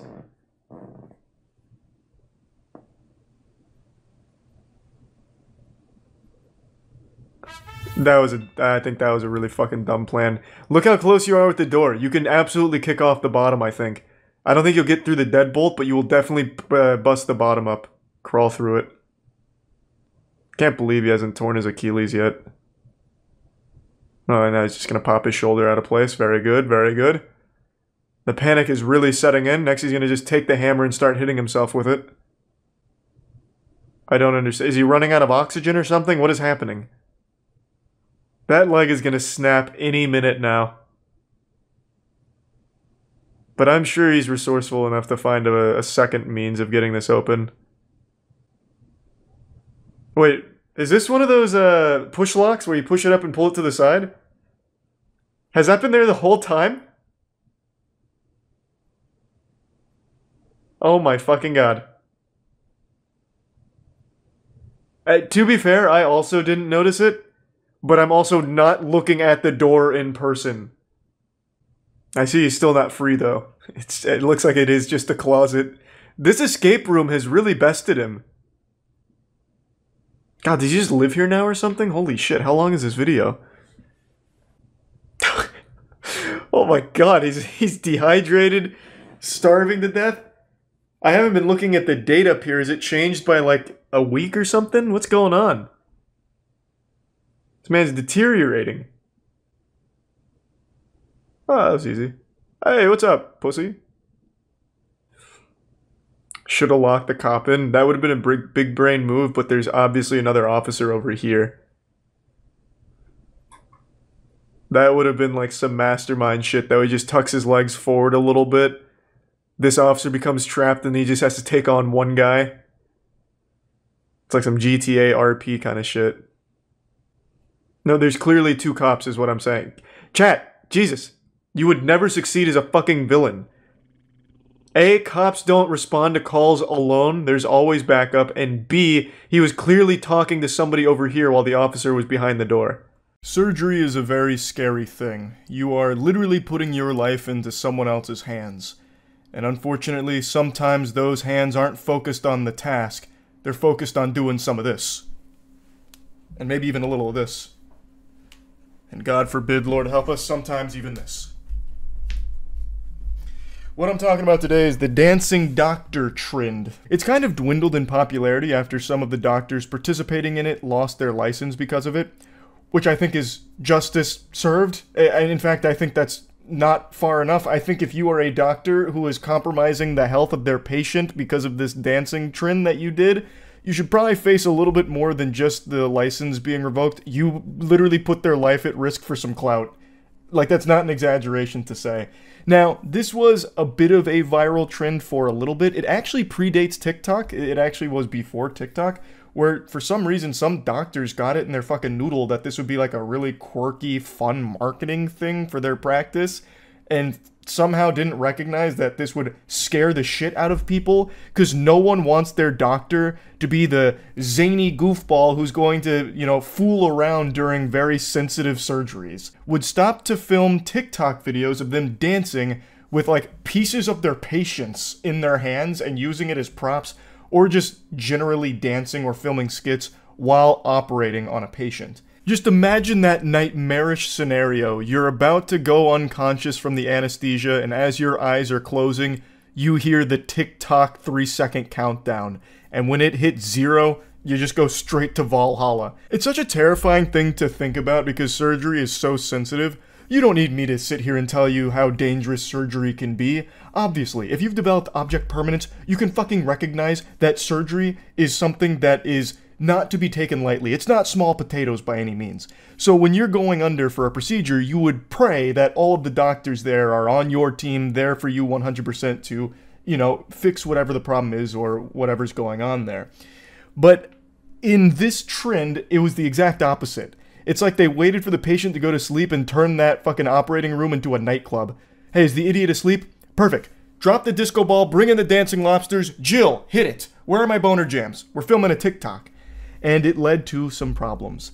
Now, the one I want to focus on today is a video that actually was very popular a few years ago and is making the rounds again because there is a follow-up to this story that I'd like to get into after showing it to you. Latoya Arsheen was among the first to see video of Dr. Wendell Boutte making an incision and mugging for the camera while the rap song Cut It played. I don't want to get DMCA'd, so I'm not letting the song play, but you know how the song goes. You need to cut it. Little acapella for you. That's Arsheen on the table. Cut It is your song, girlfriend. You did awesome. The photo release form is signed only by a member of Boutte's staff. Where Arsheen was supposed to sign is blank. I feel disrespected on a lot of levels. The song's playing here again while they're dancing with a portion of her flesh. This is actual Ed Gein type shit. This is diabolical. That's like something a Dark Souls boss would do. Use flesh as some kind of instrument. That is so disturbing. Like, I don't know what they were expecting with this video when they posted it. Like, did they think this would become like the official music video for Cut It or something going forward? Or like, I don't know how they thought this was a good idea and how they wouldn't get in trouble for it. Like, this is not what you would want your doctors to be doing while you're under. Because then you have to start to question, well, what else did they do that wasn't filmed? Like, I woke up from the surgery and my butt was a little sore. I'm questioning a lot of things now. Like, what's going on? Like, this is only what they filmed. A far more horrible things also could have been happening off camera. And even what happened on camera is unacceptable. It's just so fucked. Do you think that's your flesh? I think it is, with the remainder of the song. Former patients have now come forward with complaints. Arsheen plans legal action not just about the video, but about her results. How does your body look now? Disfigured. So according to her, her body is disfigured as a result of the surgery, and from what I can tell, many other complaints say the same thing, that they had less than stellar results. As you would probably guess if your doctor was more focused on making TikToks as opposed to the actual surgical procedure they were supposed to be focusing on. You'd probably have better luck getting your surgery done by some mysterious shady goober off the black market. You'd be risking your kidneys, but in a practice like this, you're risking your whole life here, because you might just die on the operating table because they're too busy focusing on hitting like a fat fucking Gangnam Style while you're under on the table. Really dated myself on that one because I couldn't think of any of the new dance trends, but you get what I'm saying. Now, like I mentioned, a lot of these do predate TikTok. This one in particular, this happened in 2017 through 2018, and it was posted to YouTube and Instagram. But this trend did persist all the way into TikTok, and I'm sure some of you have seen more recent headlines about some dancing doctors on TikTok that have also faced some repercussions for that, luckily. But this one is, I think, the most shocking one, because they are actually dancing around with pieces of the patient. So, the follow-up to this story is there was a lawsuit launched here, obviously, from former patients of this practice. There's numerous videos of Dr. Windelbutey here dancing as their patients are under, and as you've seen, even using them as, or parts of them, as props in the dancing. While she's operating, also dancing. The surgical assistants, everyone who even enters the room just gets hit with this fucking boogie virus and they just can't help but dance for the sake of these videos, all while they're supposed to be doing surgery. She faced numerous lawsuits, all of which I believe have resolved, and she's been ordered to pay hundreds of thousands of dollars to the victims. She had her medical license suspended, but from what I can tell, it was only suspended for 2.5 years, which means she can legally practice medicine again in Georgia? I actually can't find a follow-up on that, but she wasn't permanently suspended, which I have to raise an eyebrow to. I don't know how this didn't become like a more criminal case where she'd face jail time. Like, I think it is super severe, especially when you look at some of these cases. So, a patient named Silma Cornelius went into her practice, and she was only there for a couple of small things, but was eventually convinced to do bigger procedures, and eventually paid $11,284, and then also had another scheduled cosmetic procedure down the line. So she went back on February 18th of 2016 to return for that cosmetic procedure, and something went wrong. 8 hours into the surgery, after anesthesia was discontinued, and before her lower abdomen had been sutured, she went into cardiac arrest. Paramedics arrived at the scene, and it took 30 minutes to close up her abdomen, and they had to carry her down the stairs because there wasn't an elevator big enough to accommodate a stretcher. And by the time she arrived at the medical center, she was in severe distress, unresponsive, and unable to breathe without a ventilator, and suffered a severe and debilitating catastrophic brain injury, and left her reliant on a feeding tube and around-the-clock care. The quirky dancing doctor was legitimately ruining people's lives, disfiguring them permanently, and in this case, leaving a woman with permanent brain damage. Under no circumstances should she be allowed to practice again. It's not like this is just some kind of freak mistake that she made one time. She had dozens of videos doing this with many victims. Like, this isn't just some kind of whoopsie-daisy that someone makes, like, oh, how was I supposed to know that dancing during surgery and, you know, parading around parts of the patients was a bad idea? Like, what do you mean? This is new information that nobody knew. Like, I couldn't have avoided this. This was truly inevitable. It's fucking ridiculous. I really think she got off very easy in this case. Yes, she was ordered to pay back hundreds of thousands of dollars to some of the victims, but she was also an extremely successful dermatologist. I don't think that hurt her very much. Like, she got off of this, in my opinion, very easy. Now, the anesthesiologist in that Cut It video you just saw also faced some legal problems as well, but he was actually cleared of malpractice last year.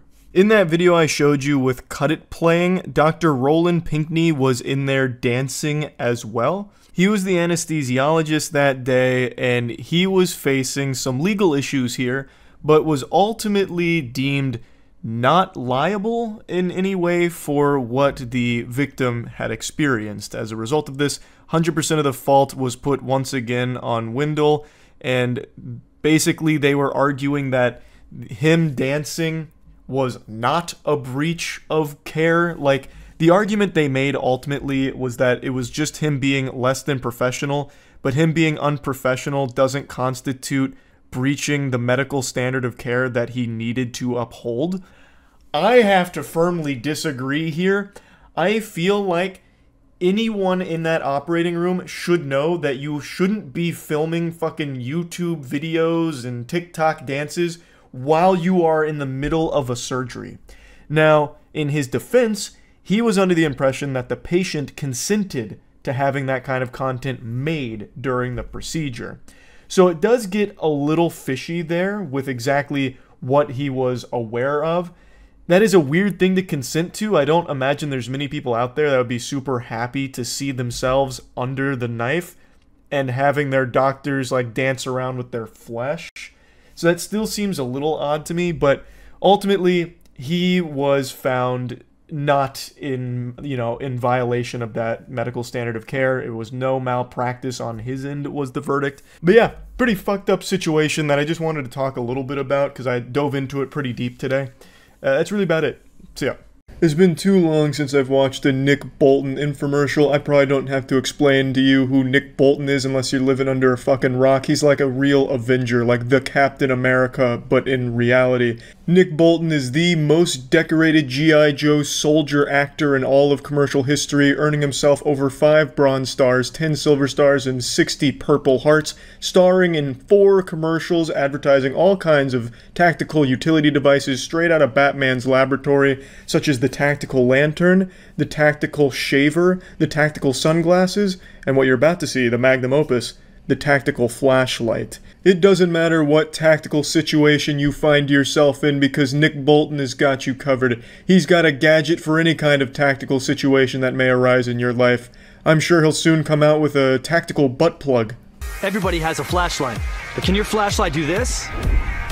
Yes. Yes, it can. That's kind of the whole point of a flashlight, to shine light at something. So before we really get into the commercial, I just want to say Nick Bolton unironically has one of the most American names I've ever heard. That is so fucking patriotic. The only name more patriotic than Nick Bolton would be something like Frank Hamburger. Now I want to give a little warning here because this commercial goes pretty fucking hard. I'm giving an epilepsy warning. If you do have epilepsy, you might want to skip the next scene like 5 or 6 seconds here. Because Nick Bolton doesn't believe in epilepsy, I suppose. If he can't taste it or fuck it, it doesn't exist to him.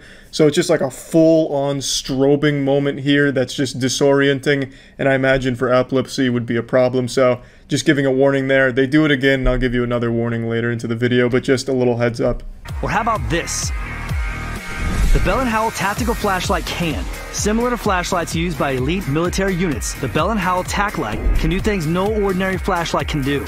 I like how they hype this bad boy up. This tac light is used by the world's top soldiers with at least 5,000 confirmed kills, and then the person they show on screen is wearing a hoodie and pantyhose over his face. I also really like this idea that it's going to stop a burglary just because you shine a flashlight at somebody. Maybe it would if the burglar is really shy. But I mean, couldn't you get the same effect by using any other flashlight or even just yelling like, hey, you're breaking into that shit over there and I'm watching you do it. This is a problem. I'm going to call the police. I don't think it's necessarily the tack light that's striking fear into their boners, like, fuck, I was gonna keep breaking into this, and if it was a normal flashlight, I would, but I can tell that's a tack light. I can tell from the luminous flux that that's definitely a tack light. I'm fucked, I gotta get out of here, my goose is cooked. It's so bright, it can be seen up to 2 nautical miles away. And if that something that goes bump in the night turns out to be someone... Spoiler alert and quick warning, they're about to use the strobe effect again like you're stuck at a fucking obnoxious nightclub, so just another epilepsy warning. Only a tack light has a super bright strobe that can stun and disorient would-be attackers.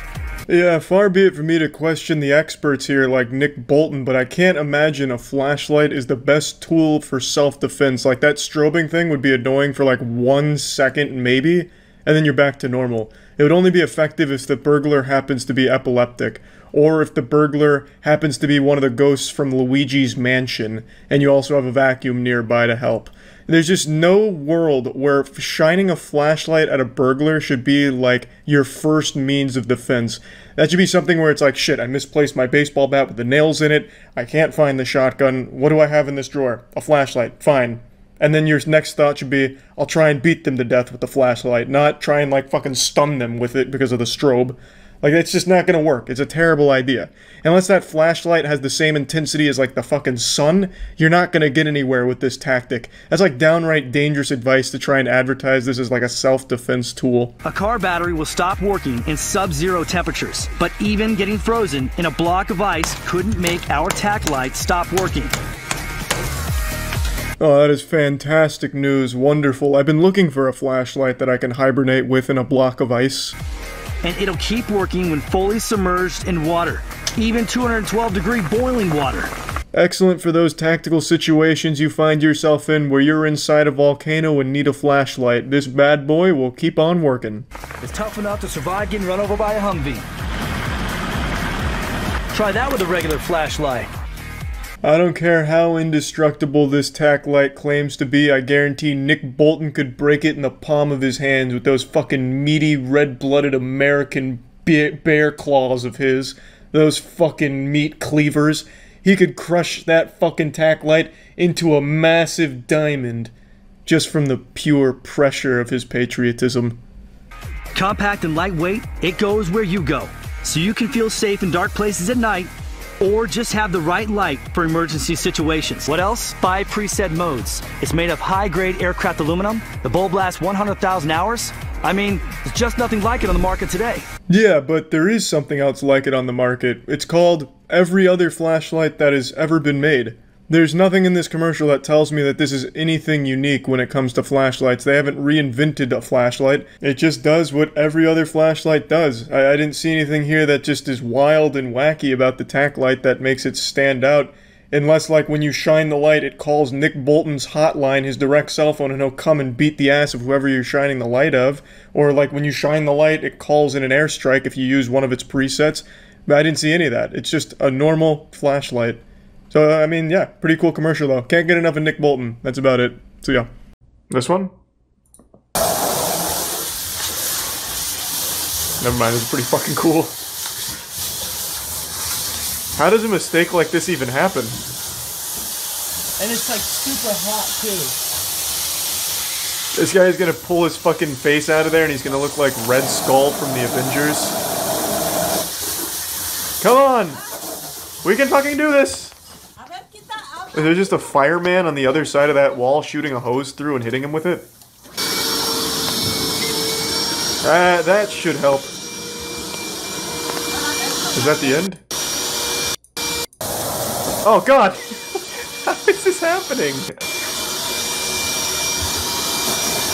Oh lord, it's coming in again! Like a fucking submarine malfunction. You can do this! It's like when you hit a fire hydrant in GTA. Just turn the water off. Is this even a plumber? Is this just like your neighbor who said he can fix it? Even I know how to handle this. Come on.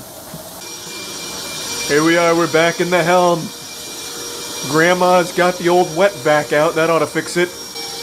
Alright, it looks like we finally got her under control, I think. But you can never be... It's steaming. The water is so hot, it is fucking steaming. That guy is not getting out without third-degree burns. And even worse, it's being filmed. So he's getting burned and losing his job soon. Fucking rough. He is actually just getting reduced to ash in there. He's being cremated by the sink. Looks like we finally got it, though. Alright, now that we've boiled half the bathroom, looks like we're finally good. Nope. Spoke too soon. Every step she takes makes like a puddle of water blast out from her footsteps. Jesus Christ. It's like a Naruto running across. Oh god! Get out of there quick! You're in the danger zone! No! The rivers of hell have been unleashed again! Damn you! Quick! Grandma, get in there with the vacuum! Christ! We got a code red! Holy shit! Oh no! They need to cut the water off. Let's get another vacuum in here. Two's better than one.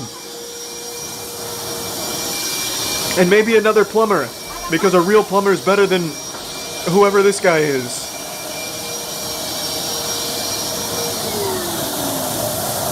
Jesus fucking Christ. It's like a ride at Universal.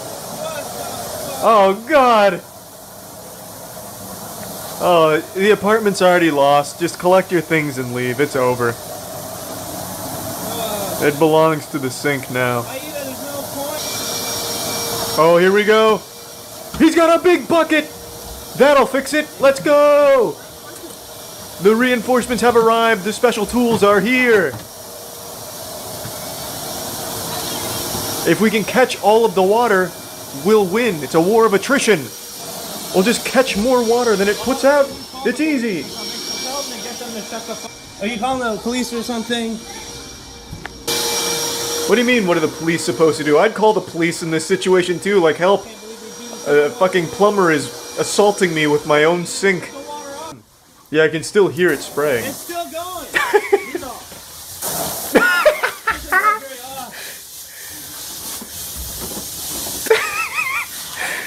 This guy's gonna fucking drown. He's gonna literally dry drown pretty soon. Oh my fucking god. It's not even connected to the water supply of the apartment building. This is coming straight from the ocean floor. That guy is getting cooked. By the time he finally leaves the bathroom, he's actually just gonna look like Larry the Lobster from SpongeBob. Oh, Jesus Christ. How is that even happening?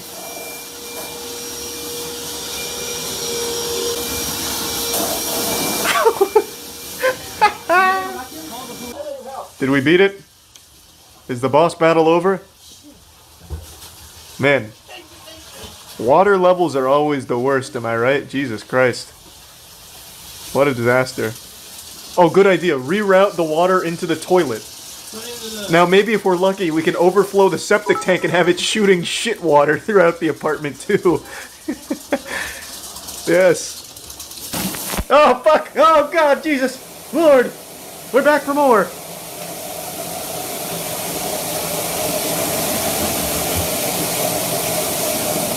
This whole fucking bedroom is fucking ruined. Yeah, I'd say so. It is definitely ruined. You pissed off Aquaman, and he's not taking it easy here today. Fucking shit. Oh, it's the calm before the storm. I have a feeling it's coming back. Fucking stairs. When you turn it on and to turn it off, they charge $150. Fucking what the hell is this shit? This is worth fucking thousands. Yeah, that was a really dumb argument. I'm not turning the water off because it's $100. Meanwhile, the whole apartment is ruined.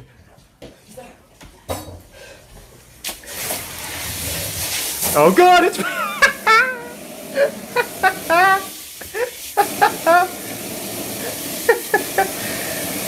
It's even more aggressive now. You pissed it off in phase 6 of the fight. Jesus Christ. Entire room. That man is getting pressure washed right in his goddamn mouth. I at least respect that he hasn't just given up. If it was me, I would have just left. I would have just walked out and been like, I fucking retire, I'm done. Good luck. I would have just fucking busted the sink and leave. Oh man, that is a disaster in there. Looks like I think we finally beaten it.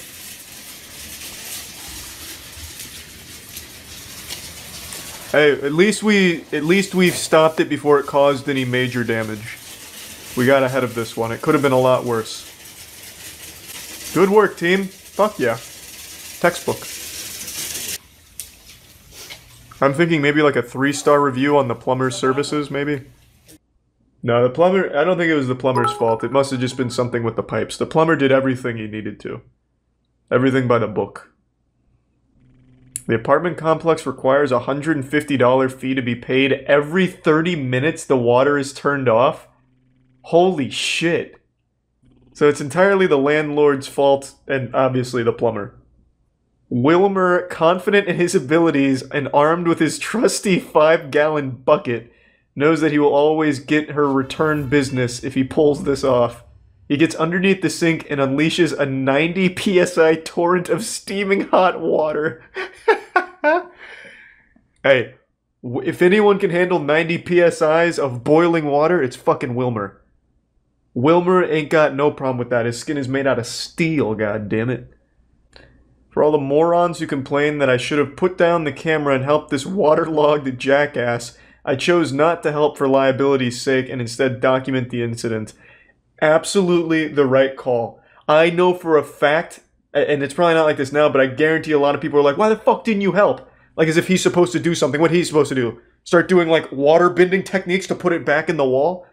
Like there's not a whole lot of wiggle room for two people to be handling the same glory hole down there under the sink. So him filming is absolutely the best call. Plus then if he helped and it still did this, he would then be liable for some of the damage, I imagine. No doubt. He made the right call for sure.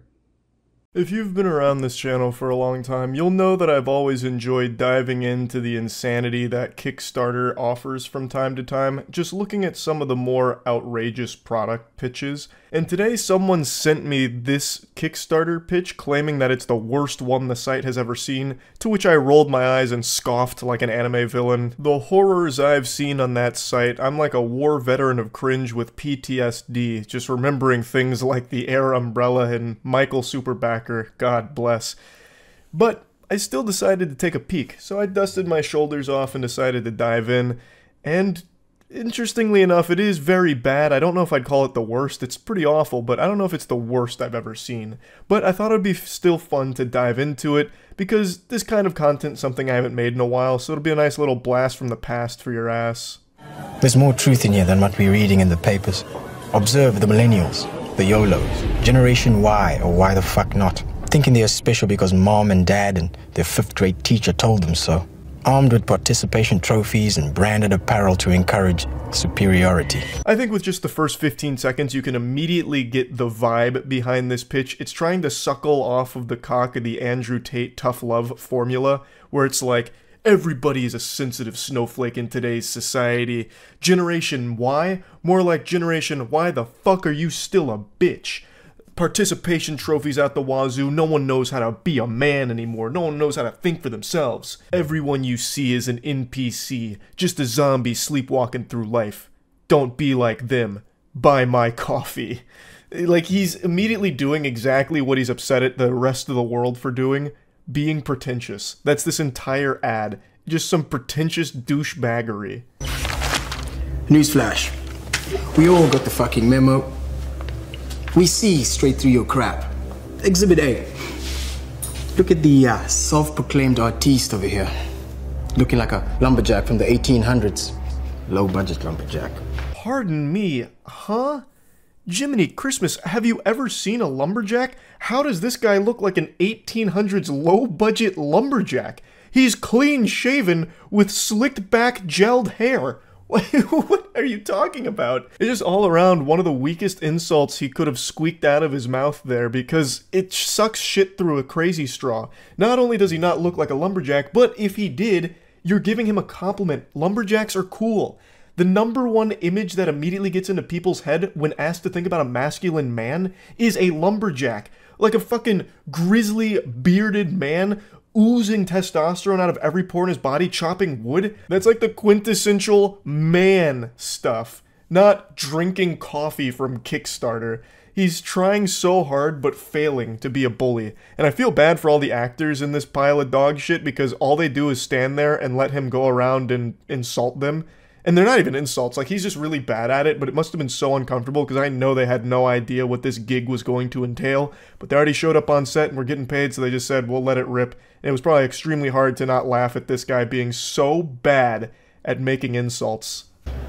I bet he's never even held an axe a day in his life. And what are these? Even your blindness is fake. Do you think your tattoos make you a coffee connoisseur? You realize that your devotion to non-conformity actually makes you conform. It's hypocrisy and flannel. What are you yapping about? Do you think your tattoos make you a coffee connoisseur? Where is that coming from?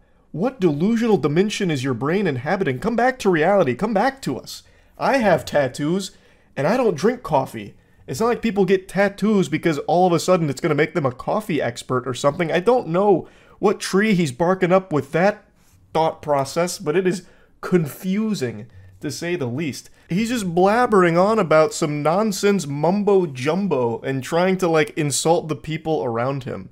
Now all of this is to sell his coffee, which is supposed to be the world's strongest coffee, which I guess he may have succeeded at according to his Kickstarter page. One 12 fluid ounce cup of his coffee apparently contains 702 milligrams of caffeine, which is more than the other competitor, Death Wish, at 660. Over 700 milligrams of caffeine in a single 12-ounce cup is absurd. The Panera Bread lemonade wouldn't kill you as fast as this would. To put in perspective how much caffeine that is, if you consume 1,200 milligrams of caffeine in a pretty short period of time, you are likely to experience caffeine toxicity, which can be fatal. So if you drank 2 cups of his coffee, it'll just send you straight to heaven to meet your maker. You'll sail into Valhalla with insomnia coffee being the thing that killed you. What an embarrassing way to go. Why would you ever want a 700 milligram caffeine beverage? At that point, just do meth. Meth would actually be safer and more healthy for you than drinking his coffee. That is so mind-boggling. But you don't give a fuck about individualism like flannel fuck over here. No. You're a clone. With enough creatine, protein, and self-loathing to keep your arms inflated and your dick shriveling. He's been keeping an eye on that Ista slut's ass for a while now. I think I saw him whimper at it. The insecurity he's projecting with this scene in particular is just pathetic. Like, beyond embarrassing. This should not have made the final cut. This should have absolutely been scrapped ASAP. Oh, look at you. Drinking protein shakes, taking creatine, making your wiener shrivel up. What are you talking about? That's not what happens. He's just drinking protein shakes and taking creatine. That's not going to have any effect on his pee-pee size. Like, his penis is the exact same size, but now he is an overall more muscular man. More than you. Oh, all that self-loathing. You must be doing it because you're not comfortable in your own skin. You should be like me. No muscle mass and drinking 700 milligrams of caffeine every hour. And with my insomnia coffee, huh? That's what you should be. That's what a real man does. Drinking coffee to wash away all the pain and sorrow. Not lifting weights and drinking protein, idiot. And you were looking at sluts or something. He is just genuinely so bad at this shtick. Because he's just choosing things that are good. Being a lumberjack, being in shape and taking care of your body, and trying to portray them as a bad thing somehow, like, it makes no sense. He is actually horrible at trying to get across this, like, tough machismo, drink my coffee kind of thing. My coffee will make you a real man. Not like this guy who lifts weights. Speaking of, behold, the voice of the common man. She's studying a magna cum laude in absolute fuckery. Purebred vegan. Drove down here at a Mini Cooper. Hit a dog on the way. If it wasn't a child. But don't worry. Daddy will pay for the dent. Stop taking relationship advice from misspelled Facebook posts. You need to realize no amount of Instagram followers, no amount of Twitter likes or retweets are gonna make up for the fact that you don't have a personality. Ugh, it's so cringe. Going into like this edgy fanfic about this girl now. Oh, you hit a dog, or maybe a child, on the way here, but your dad's gonna pay for the dent. And then he goes with the cliche, no amount of Twitter likes or Instagram followers is gonna make up for no personality, you harpy, harlot. Oh, it's so dumb. It's so fucking dumb. Like, the actors, I can't believe they're actually able to keep it together. Maybe this is like the 40th take, so now they're just like tired and they're just doing everything they can to get the fuck out of there. Because there's no way you wouldn't be breaking character here laughing at the cringe.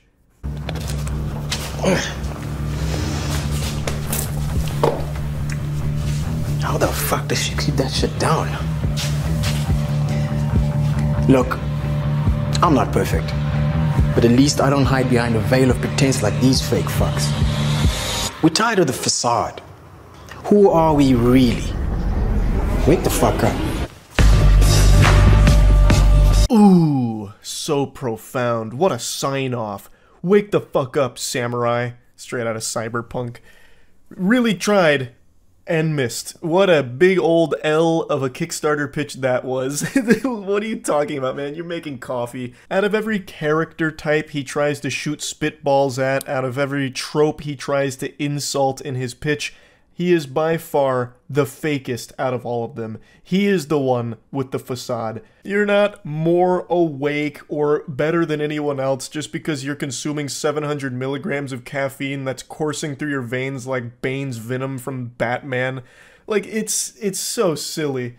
Well, just, if you want to make the world's strongest coffee, go for it and try and sell it on that merit, as opposed to go up this weird alley here with like, it's time to wake up, and the only way to do that is by never sleeping again with 700 milligrams worth of caffeine in every cup of our coffee. It's so silly. I just had to make fun of this. Something I'm sure he understands. That was his whole ad, just making fun of people. So, I'm making fun of the pretentious businessman who thinks his coffee is somehow making him superior to everyone else around him when it comes to intelligence and enlightenment and waking up.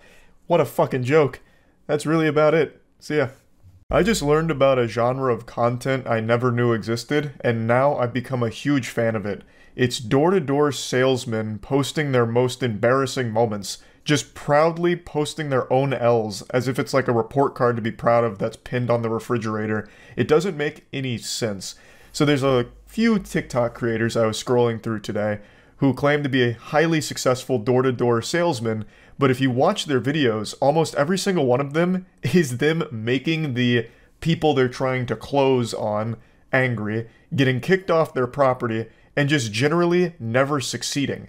And yet somehow that's supposed to serve as an advertisement for this product that they're selling to their audience, which is a guide on how to be a successful door-to-door salesman. It just doesn't compute in my little noodle up here. You're selling a course on how to be successful as a door-to-door salesman, yet every video you post is your failures. It doesn't add up.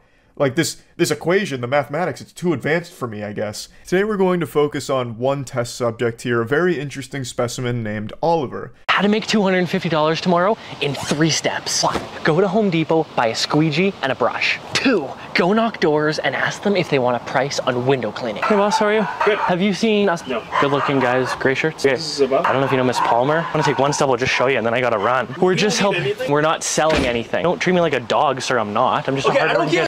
Right now, okay? I'm really busy. Get the f out of here. Okay. Now, when I initially saw this, I thought it had to be satire, like this guy's just taking the piss on door-to-door salesmen. But he's not. Oliver, his whole career is being a door-to-door salesman and trying to bestow upon us plebeians his sage wisdom when it comes to this craft that he's clearly mastered here. So if you read the description, the caption on the video, it says, you know, how you can turn it into thousands of dollars. And then when he's going through, like, the beginning where he's saying, you know, 2, and then he holds up 3. Like, it's clearly supposed to be a joke, but he really does this. This is his job. And he just proudly showcases these horrifyingly shameful moments here. There's very few people in the world that like door-to-door salesmen. And that's up there with, like, telemarketing scams. Like, people don't like to just be accosted on their front porch by people that don't really take no for an answer.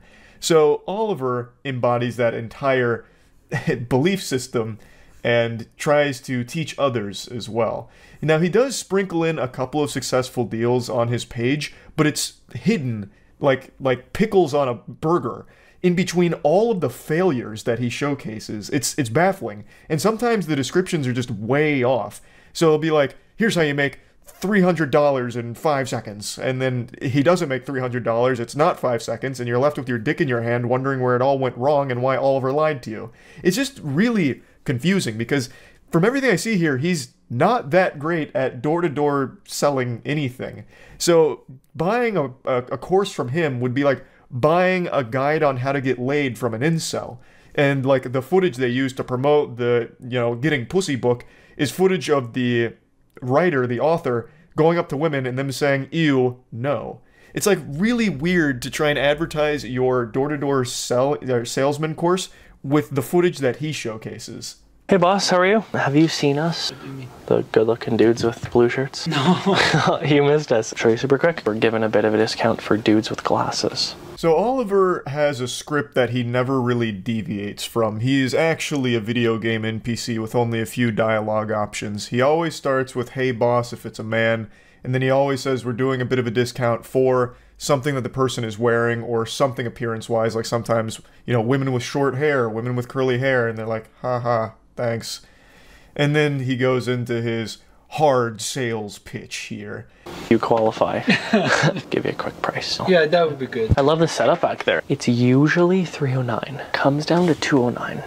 We have planned to paint, but we want to wash everything at the same time. If you have a phone number or something that they can call later. It's a job worth doing in a couple months. If things are worth doing in 3 months, they're worth doing today. We don't want to do that today. If I can have your phone number. Sure. If you call us back though, it's going to be $309. Yeah, I see that. If we could give you an awesome job, could we call it $149, give you a bit of a discount? If it's worth doing, then it's worth doing today. I don't want to do that today. He tries to really put the nipple clamps on him here. He wants to close this today, and he is not budging on it. So the guy is being very respectful. He's like, hey, maybe we just schedule this for another day. Really not feeling it for this afternoon. But Oliver, he's on the hunt right now. So he just keeps dropping the price lower and lower, hoping that he can get at least like $100-something out of this exchange, because he knows he's not getting a call back later from this or anything like that.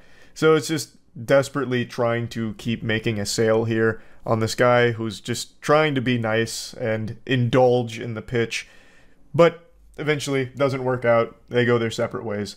Oliver does sometimes get pretty aggressive though. He follows the same script, of course, but sometimes he seems to get hurt because I think he has a pretty high level of entitlement. Kind of the route coordinator on... Just tell me what you're doing. Showing's easier than telling. No. Come on, where? We're doing real good. We got the nicest I know. one in the street. I'd rate it A+. Sorry, we're just guys. doing... We're really happy with what we got. What do you got? Go away. Go on. This is my property. I want you off it. But I haven't even told you what we're doing. I'm not interested. I don't do things at the door. Cool. Okay. People always say no to things they don't understand. Oh, don't. Have a great day. There's always one guy. I'm happy to check off the stubborn guy for the day. Have a good one. Insufferable. The elderly gentleman here isn't the bad guy. Nobody likes door-to-door salesmen. Like, plain and simple. There are very few people that enjoy that. And the ones that allow you to go through the whole kit and caboodle song and dance of what you're selling are the ones that are just too afraid to just say no to your face and close the door, because that's not an easy thing to do for most people. That takes a lot. And most people, it becomes kind of like a high-stress situation trying to figure your way out of it, but no one's usually interested. So this old man just being blunt about it isn't necessarily a bad thing. Another thing I notice a lot with door-to-door salesmen is they really like elderly people because they're much easier to manipulate into giving them money for a usually subpar service and something they legitimately don't need in any capacity. So this guy was just not having it. He's saying, no thank you. But Oliver keeps pushing. He's like, oh, you don't even know what I'm doing here yet. Oh, people always say no to things they don't understand. Just being a fucking insufferable asshole. Like, condescendingly talking to this guy as if he's an idiot for not doing this. And it's just trash. Like, I think that's just awful. So then that clearly gets him even more riled up. And then Oliver's like, hey, I'm checking the stubborn guy off the list. Like, what is this? Elementary school? Hey, Junior, listen, no gold star for you. You're a bad egg, not a good noodle. It's like, what the fuck, man? Like, you went up to him, He did not want it. You should have left when he said no, but that's not how you operate. When you hear no, you just keep pushing. It's all just super slimy, and of course nothing about him is genuine. He has set lines that he says to each person that he encounters because he doesn't even really view them as people. They're just potential money bags that he can grab a few bucks out of.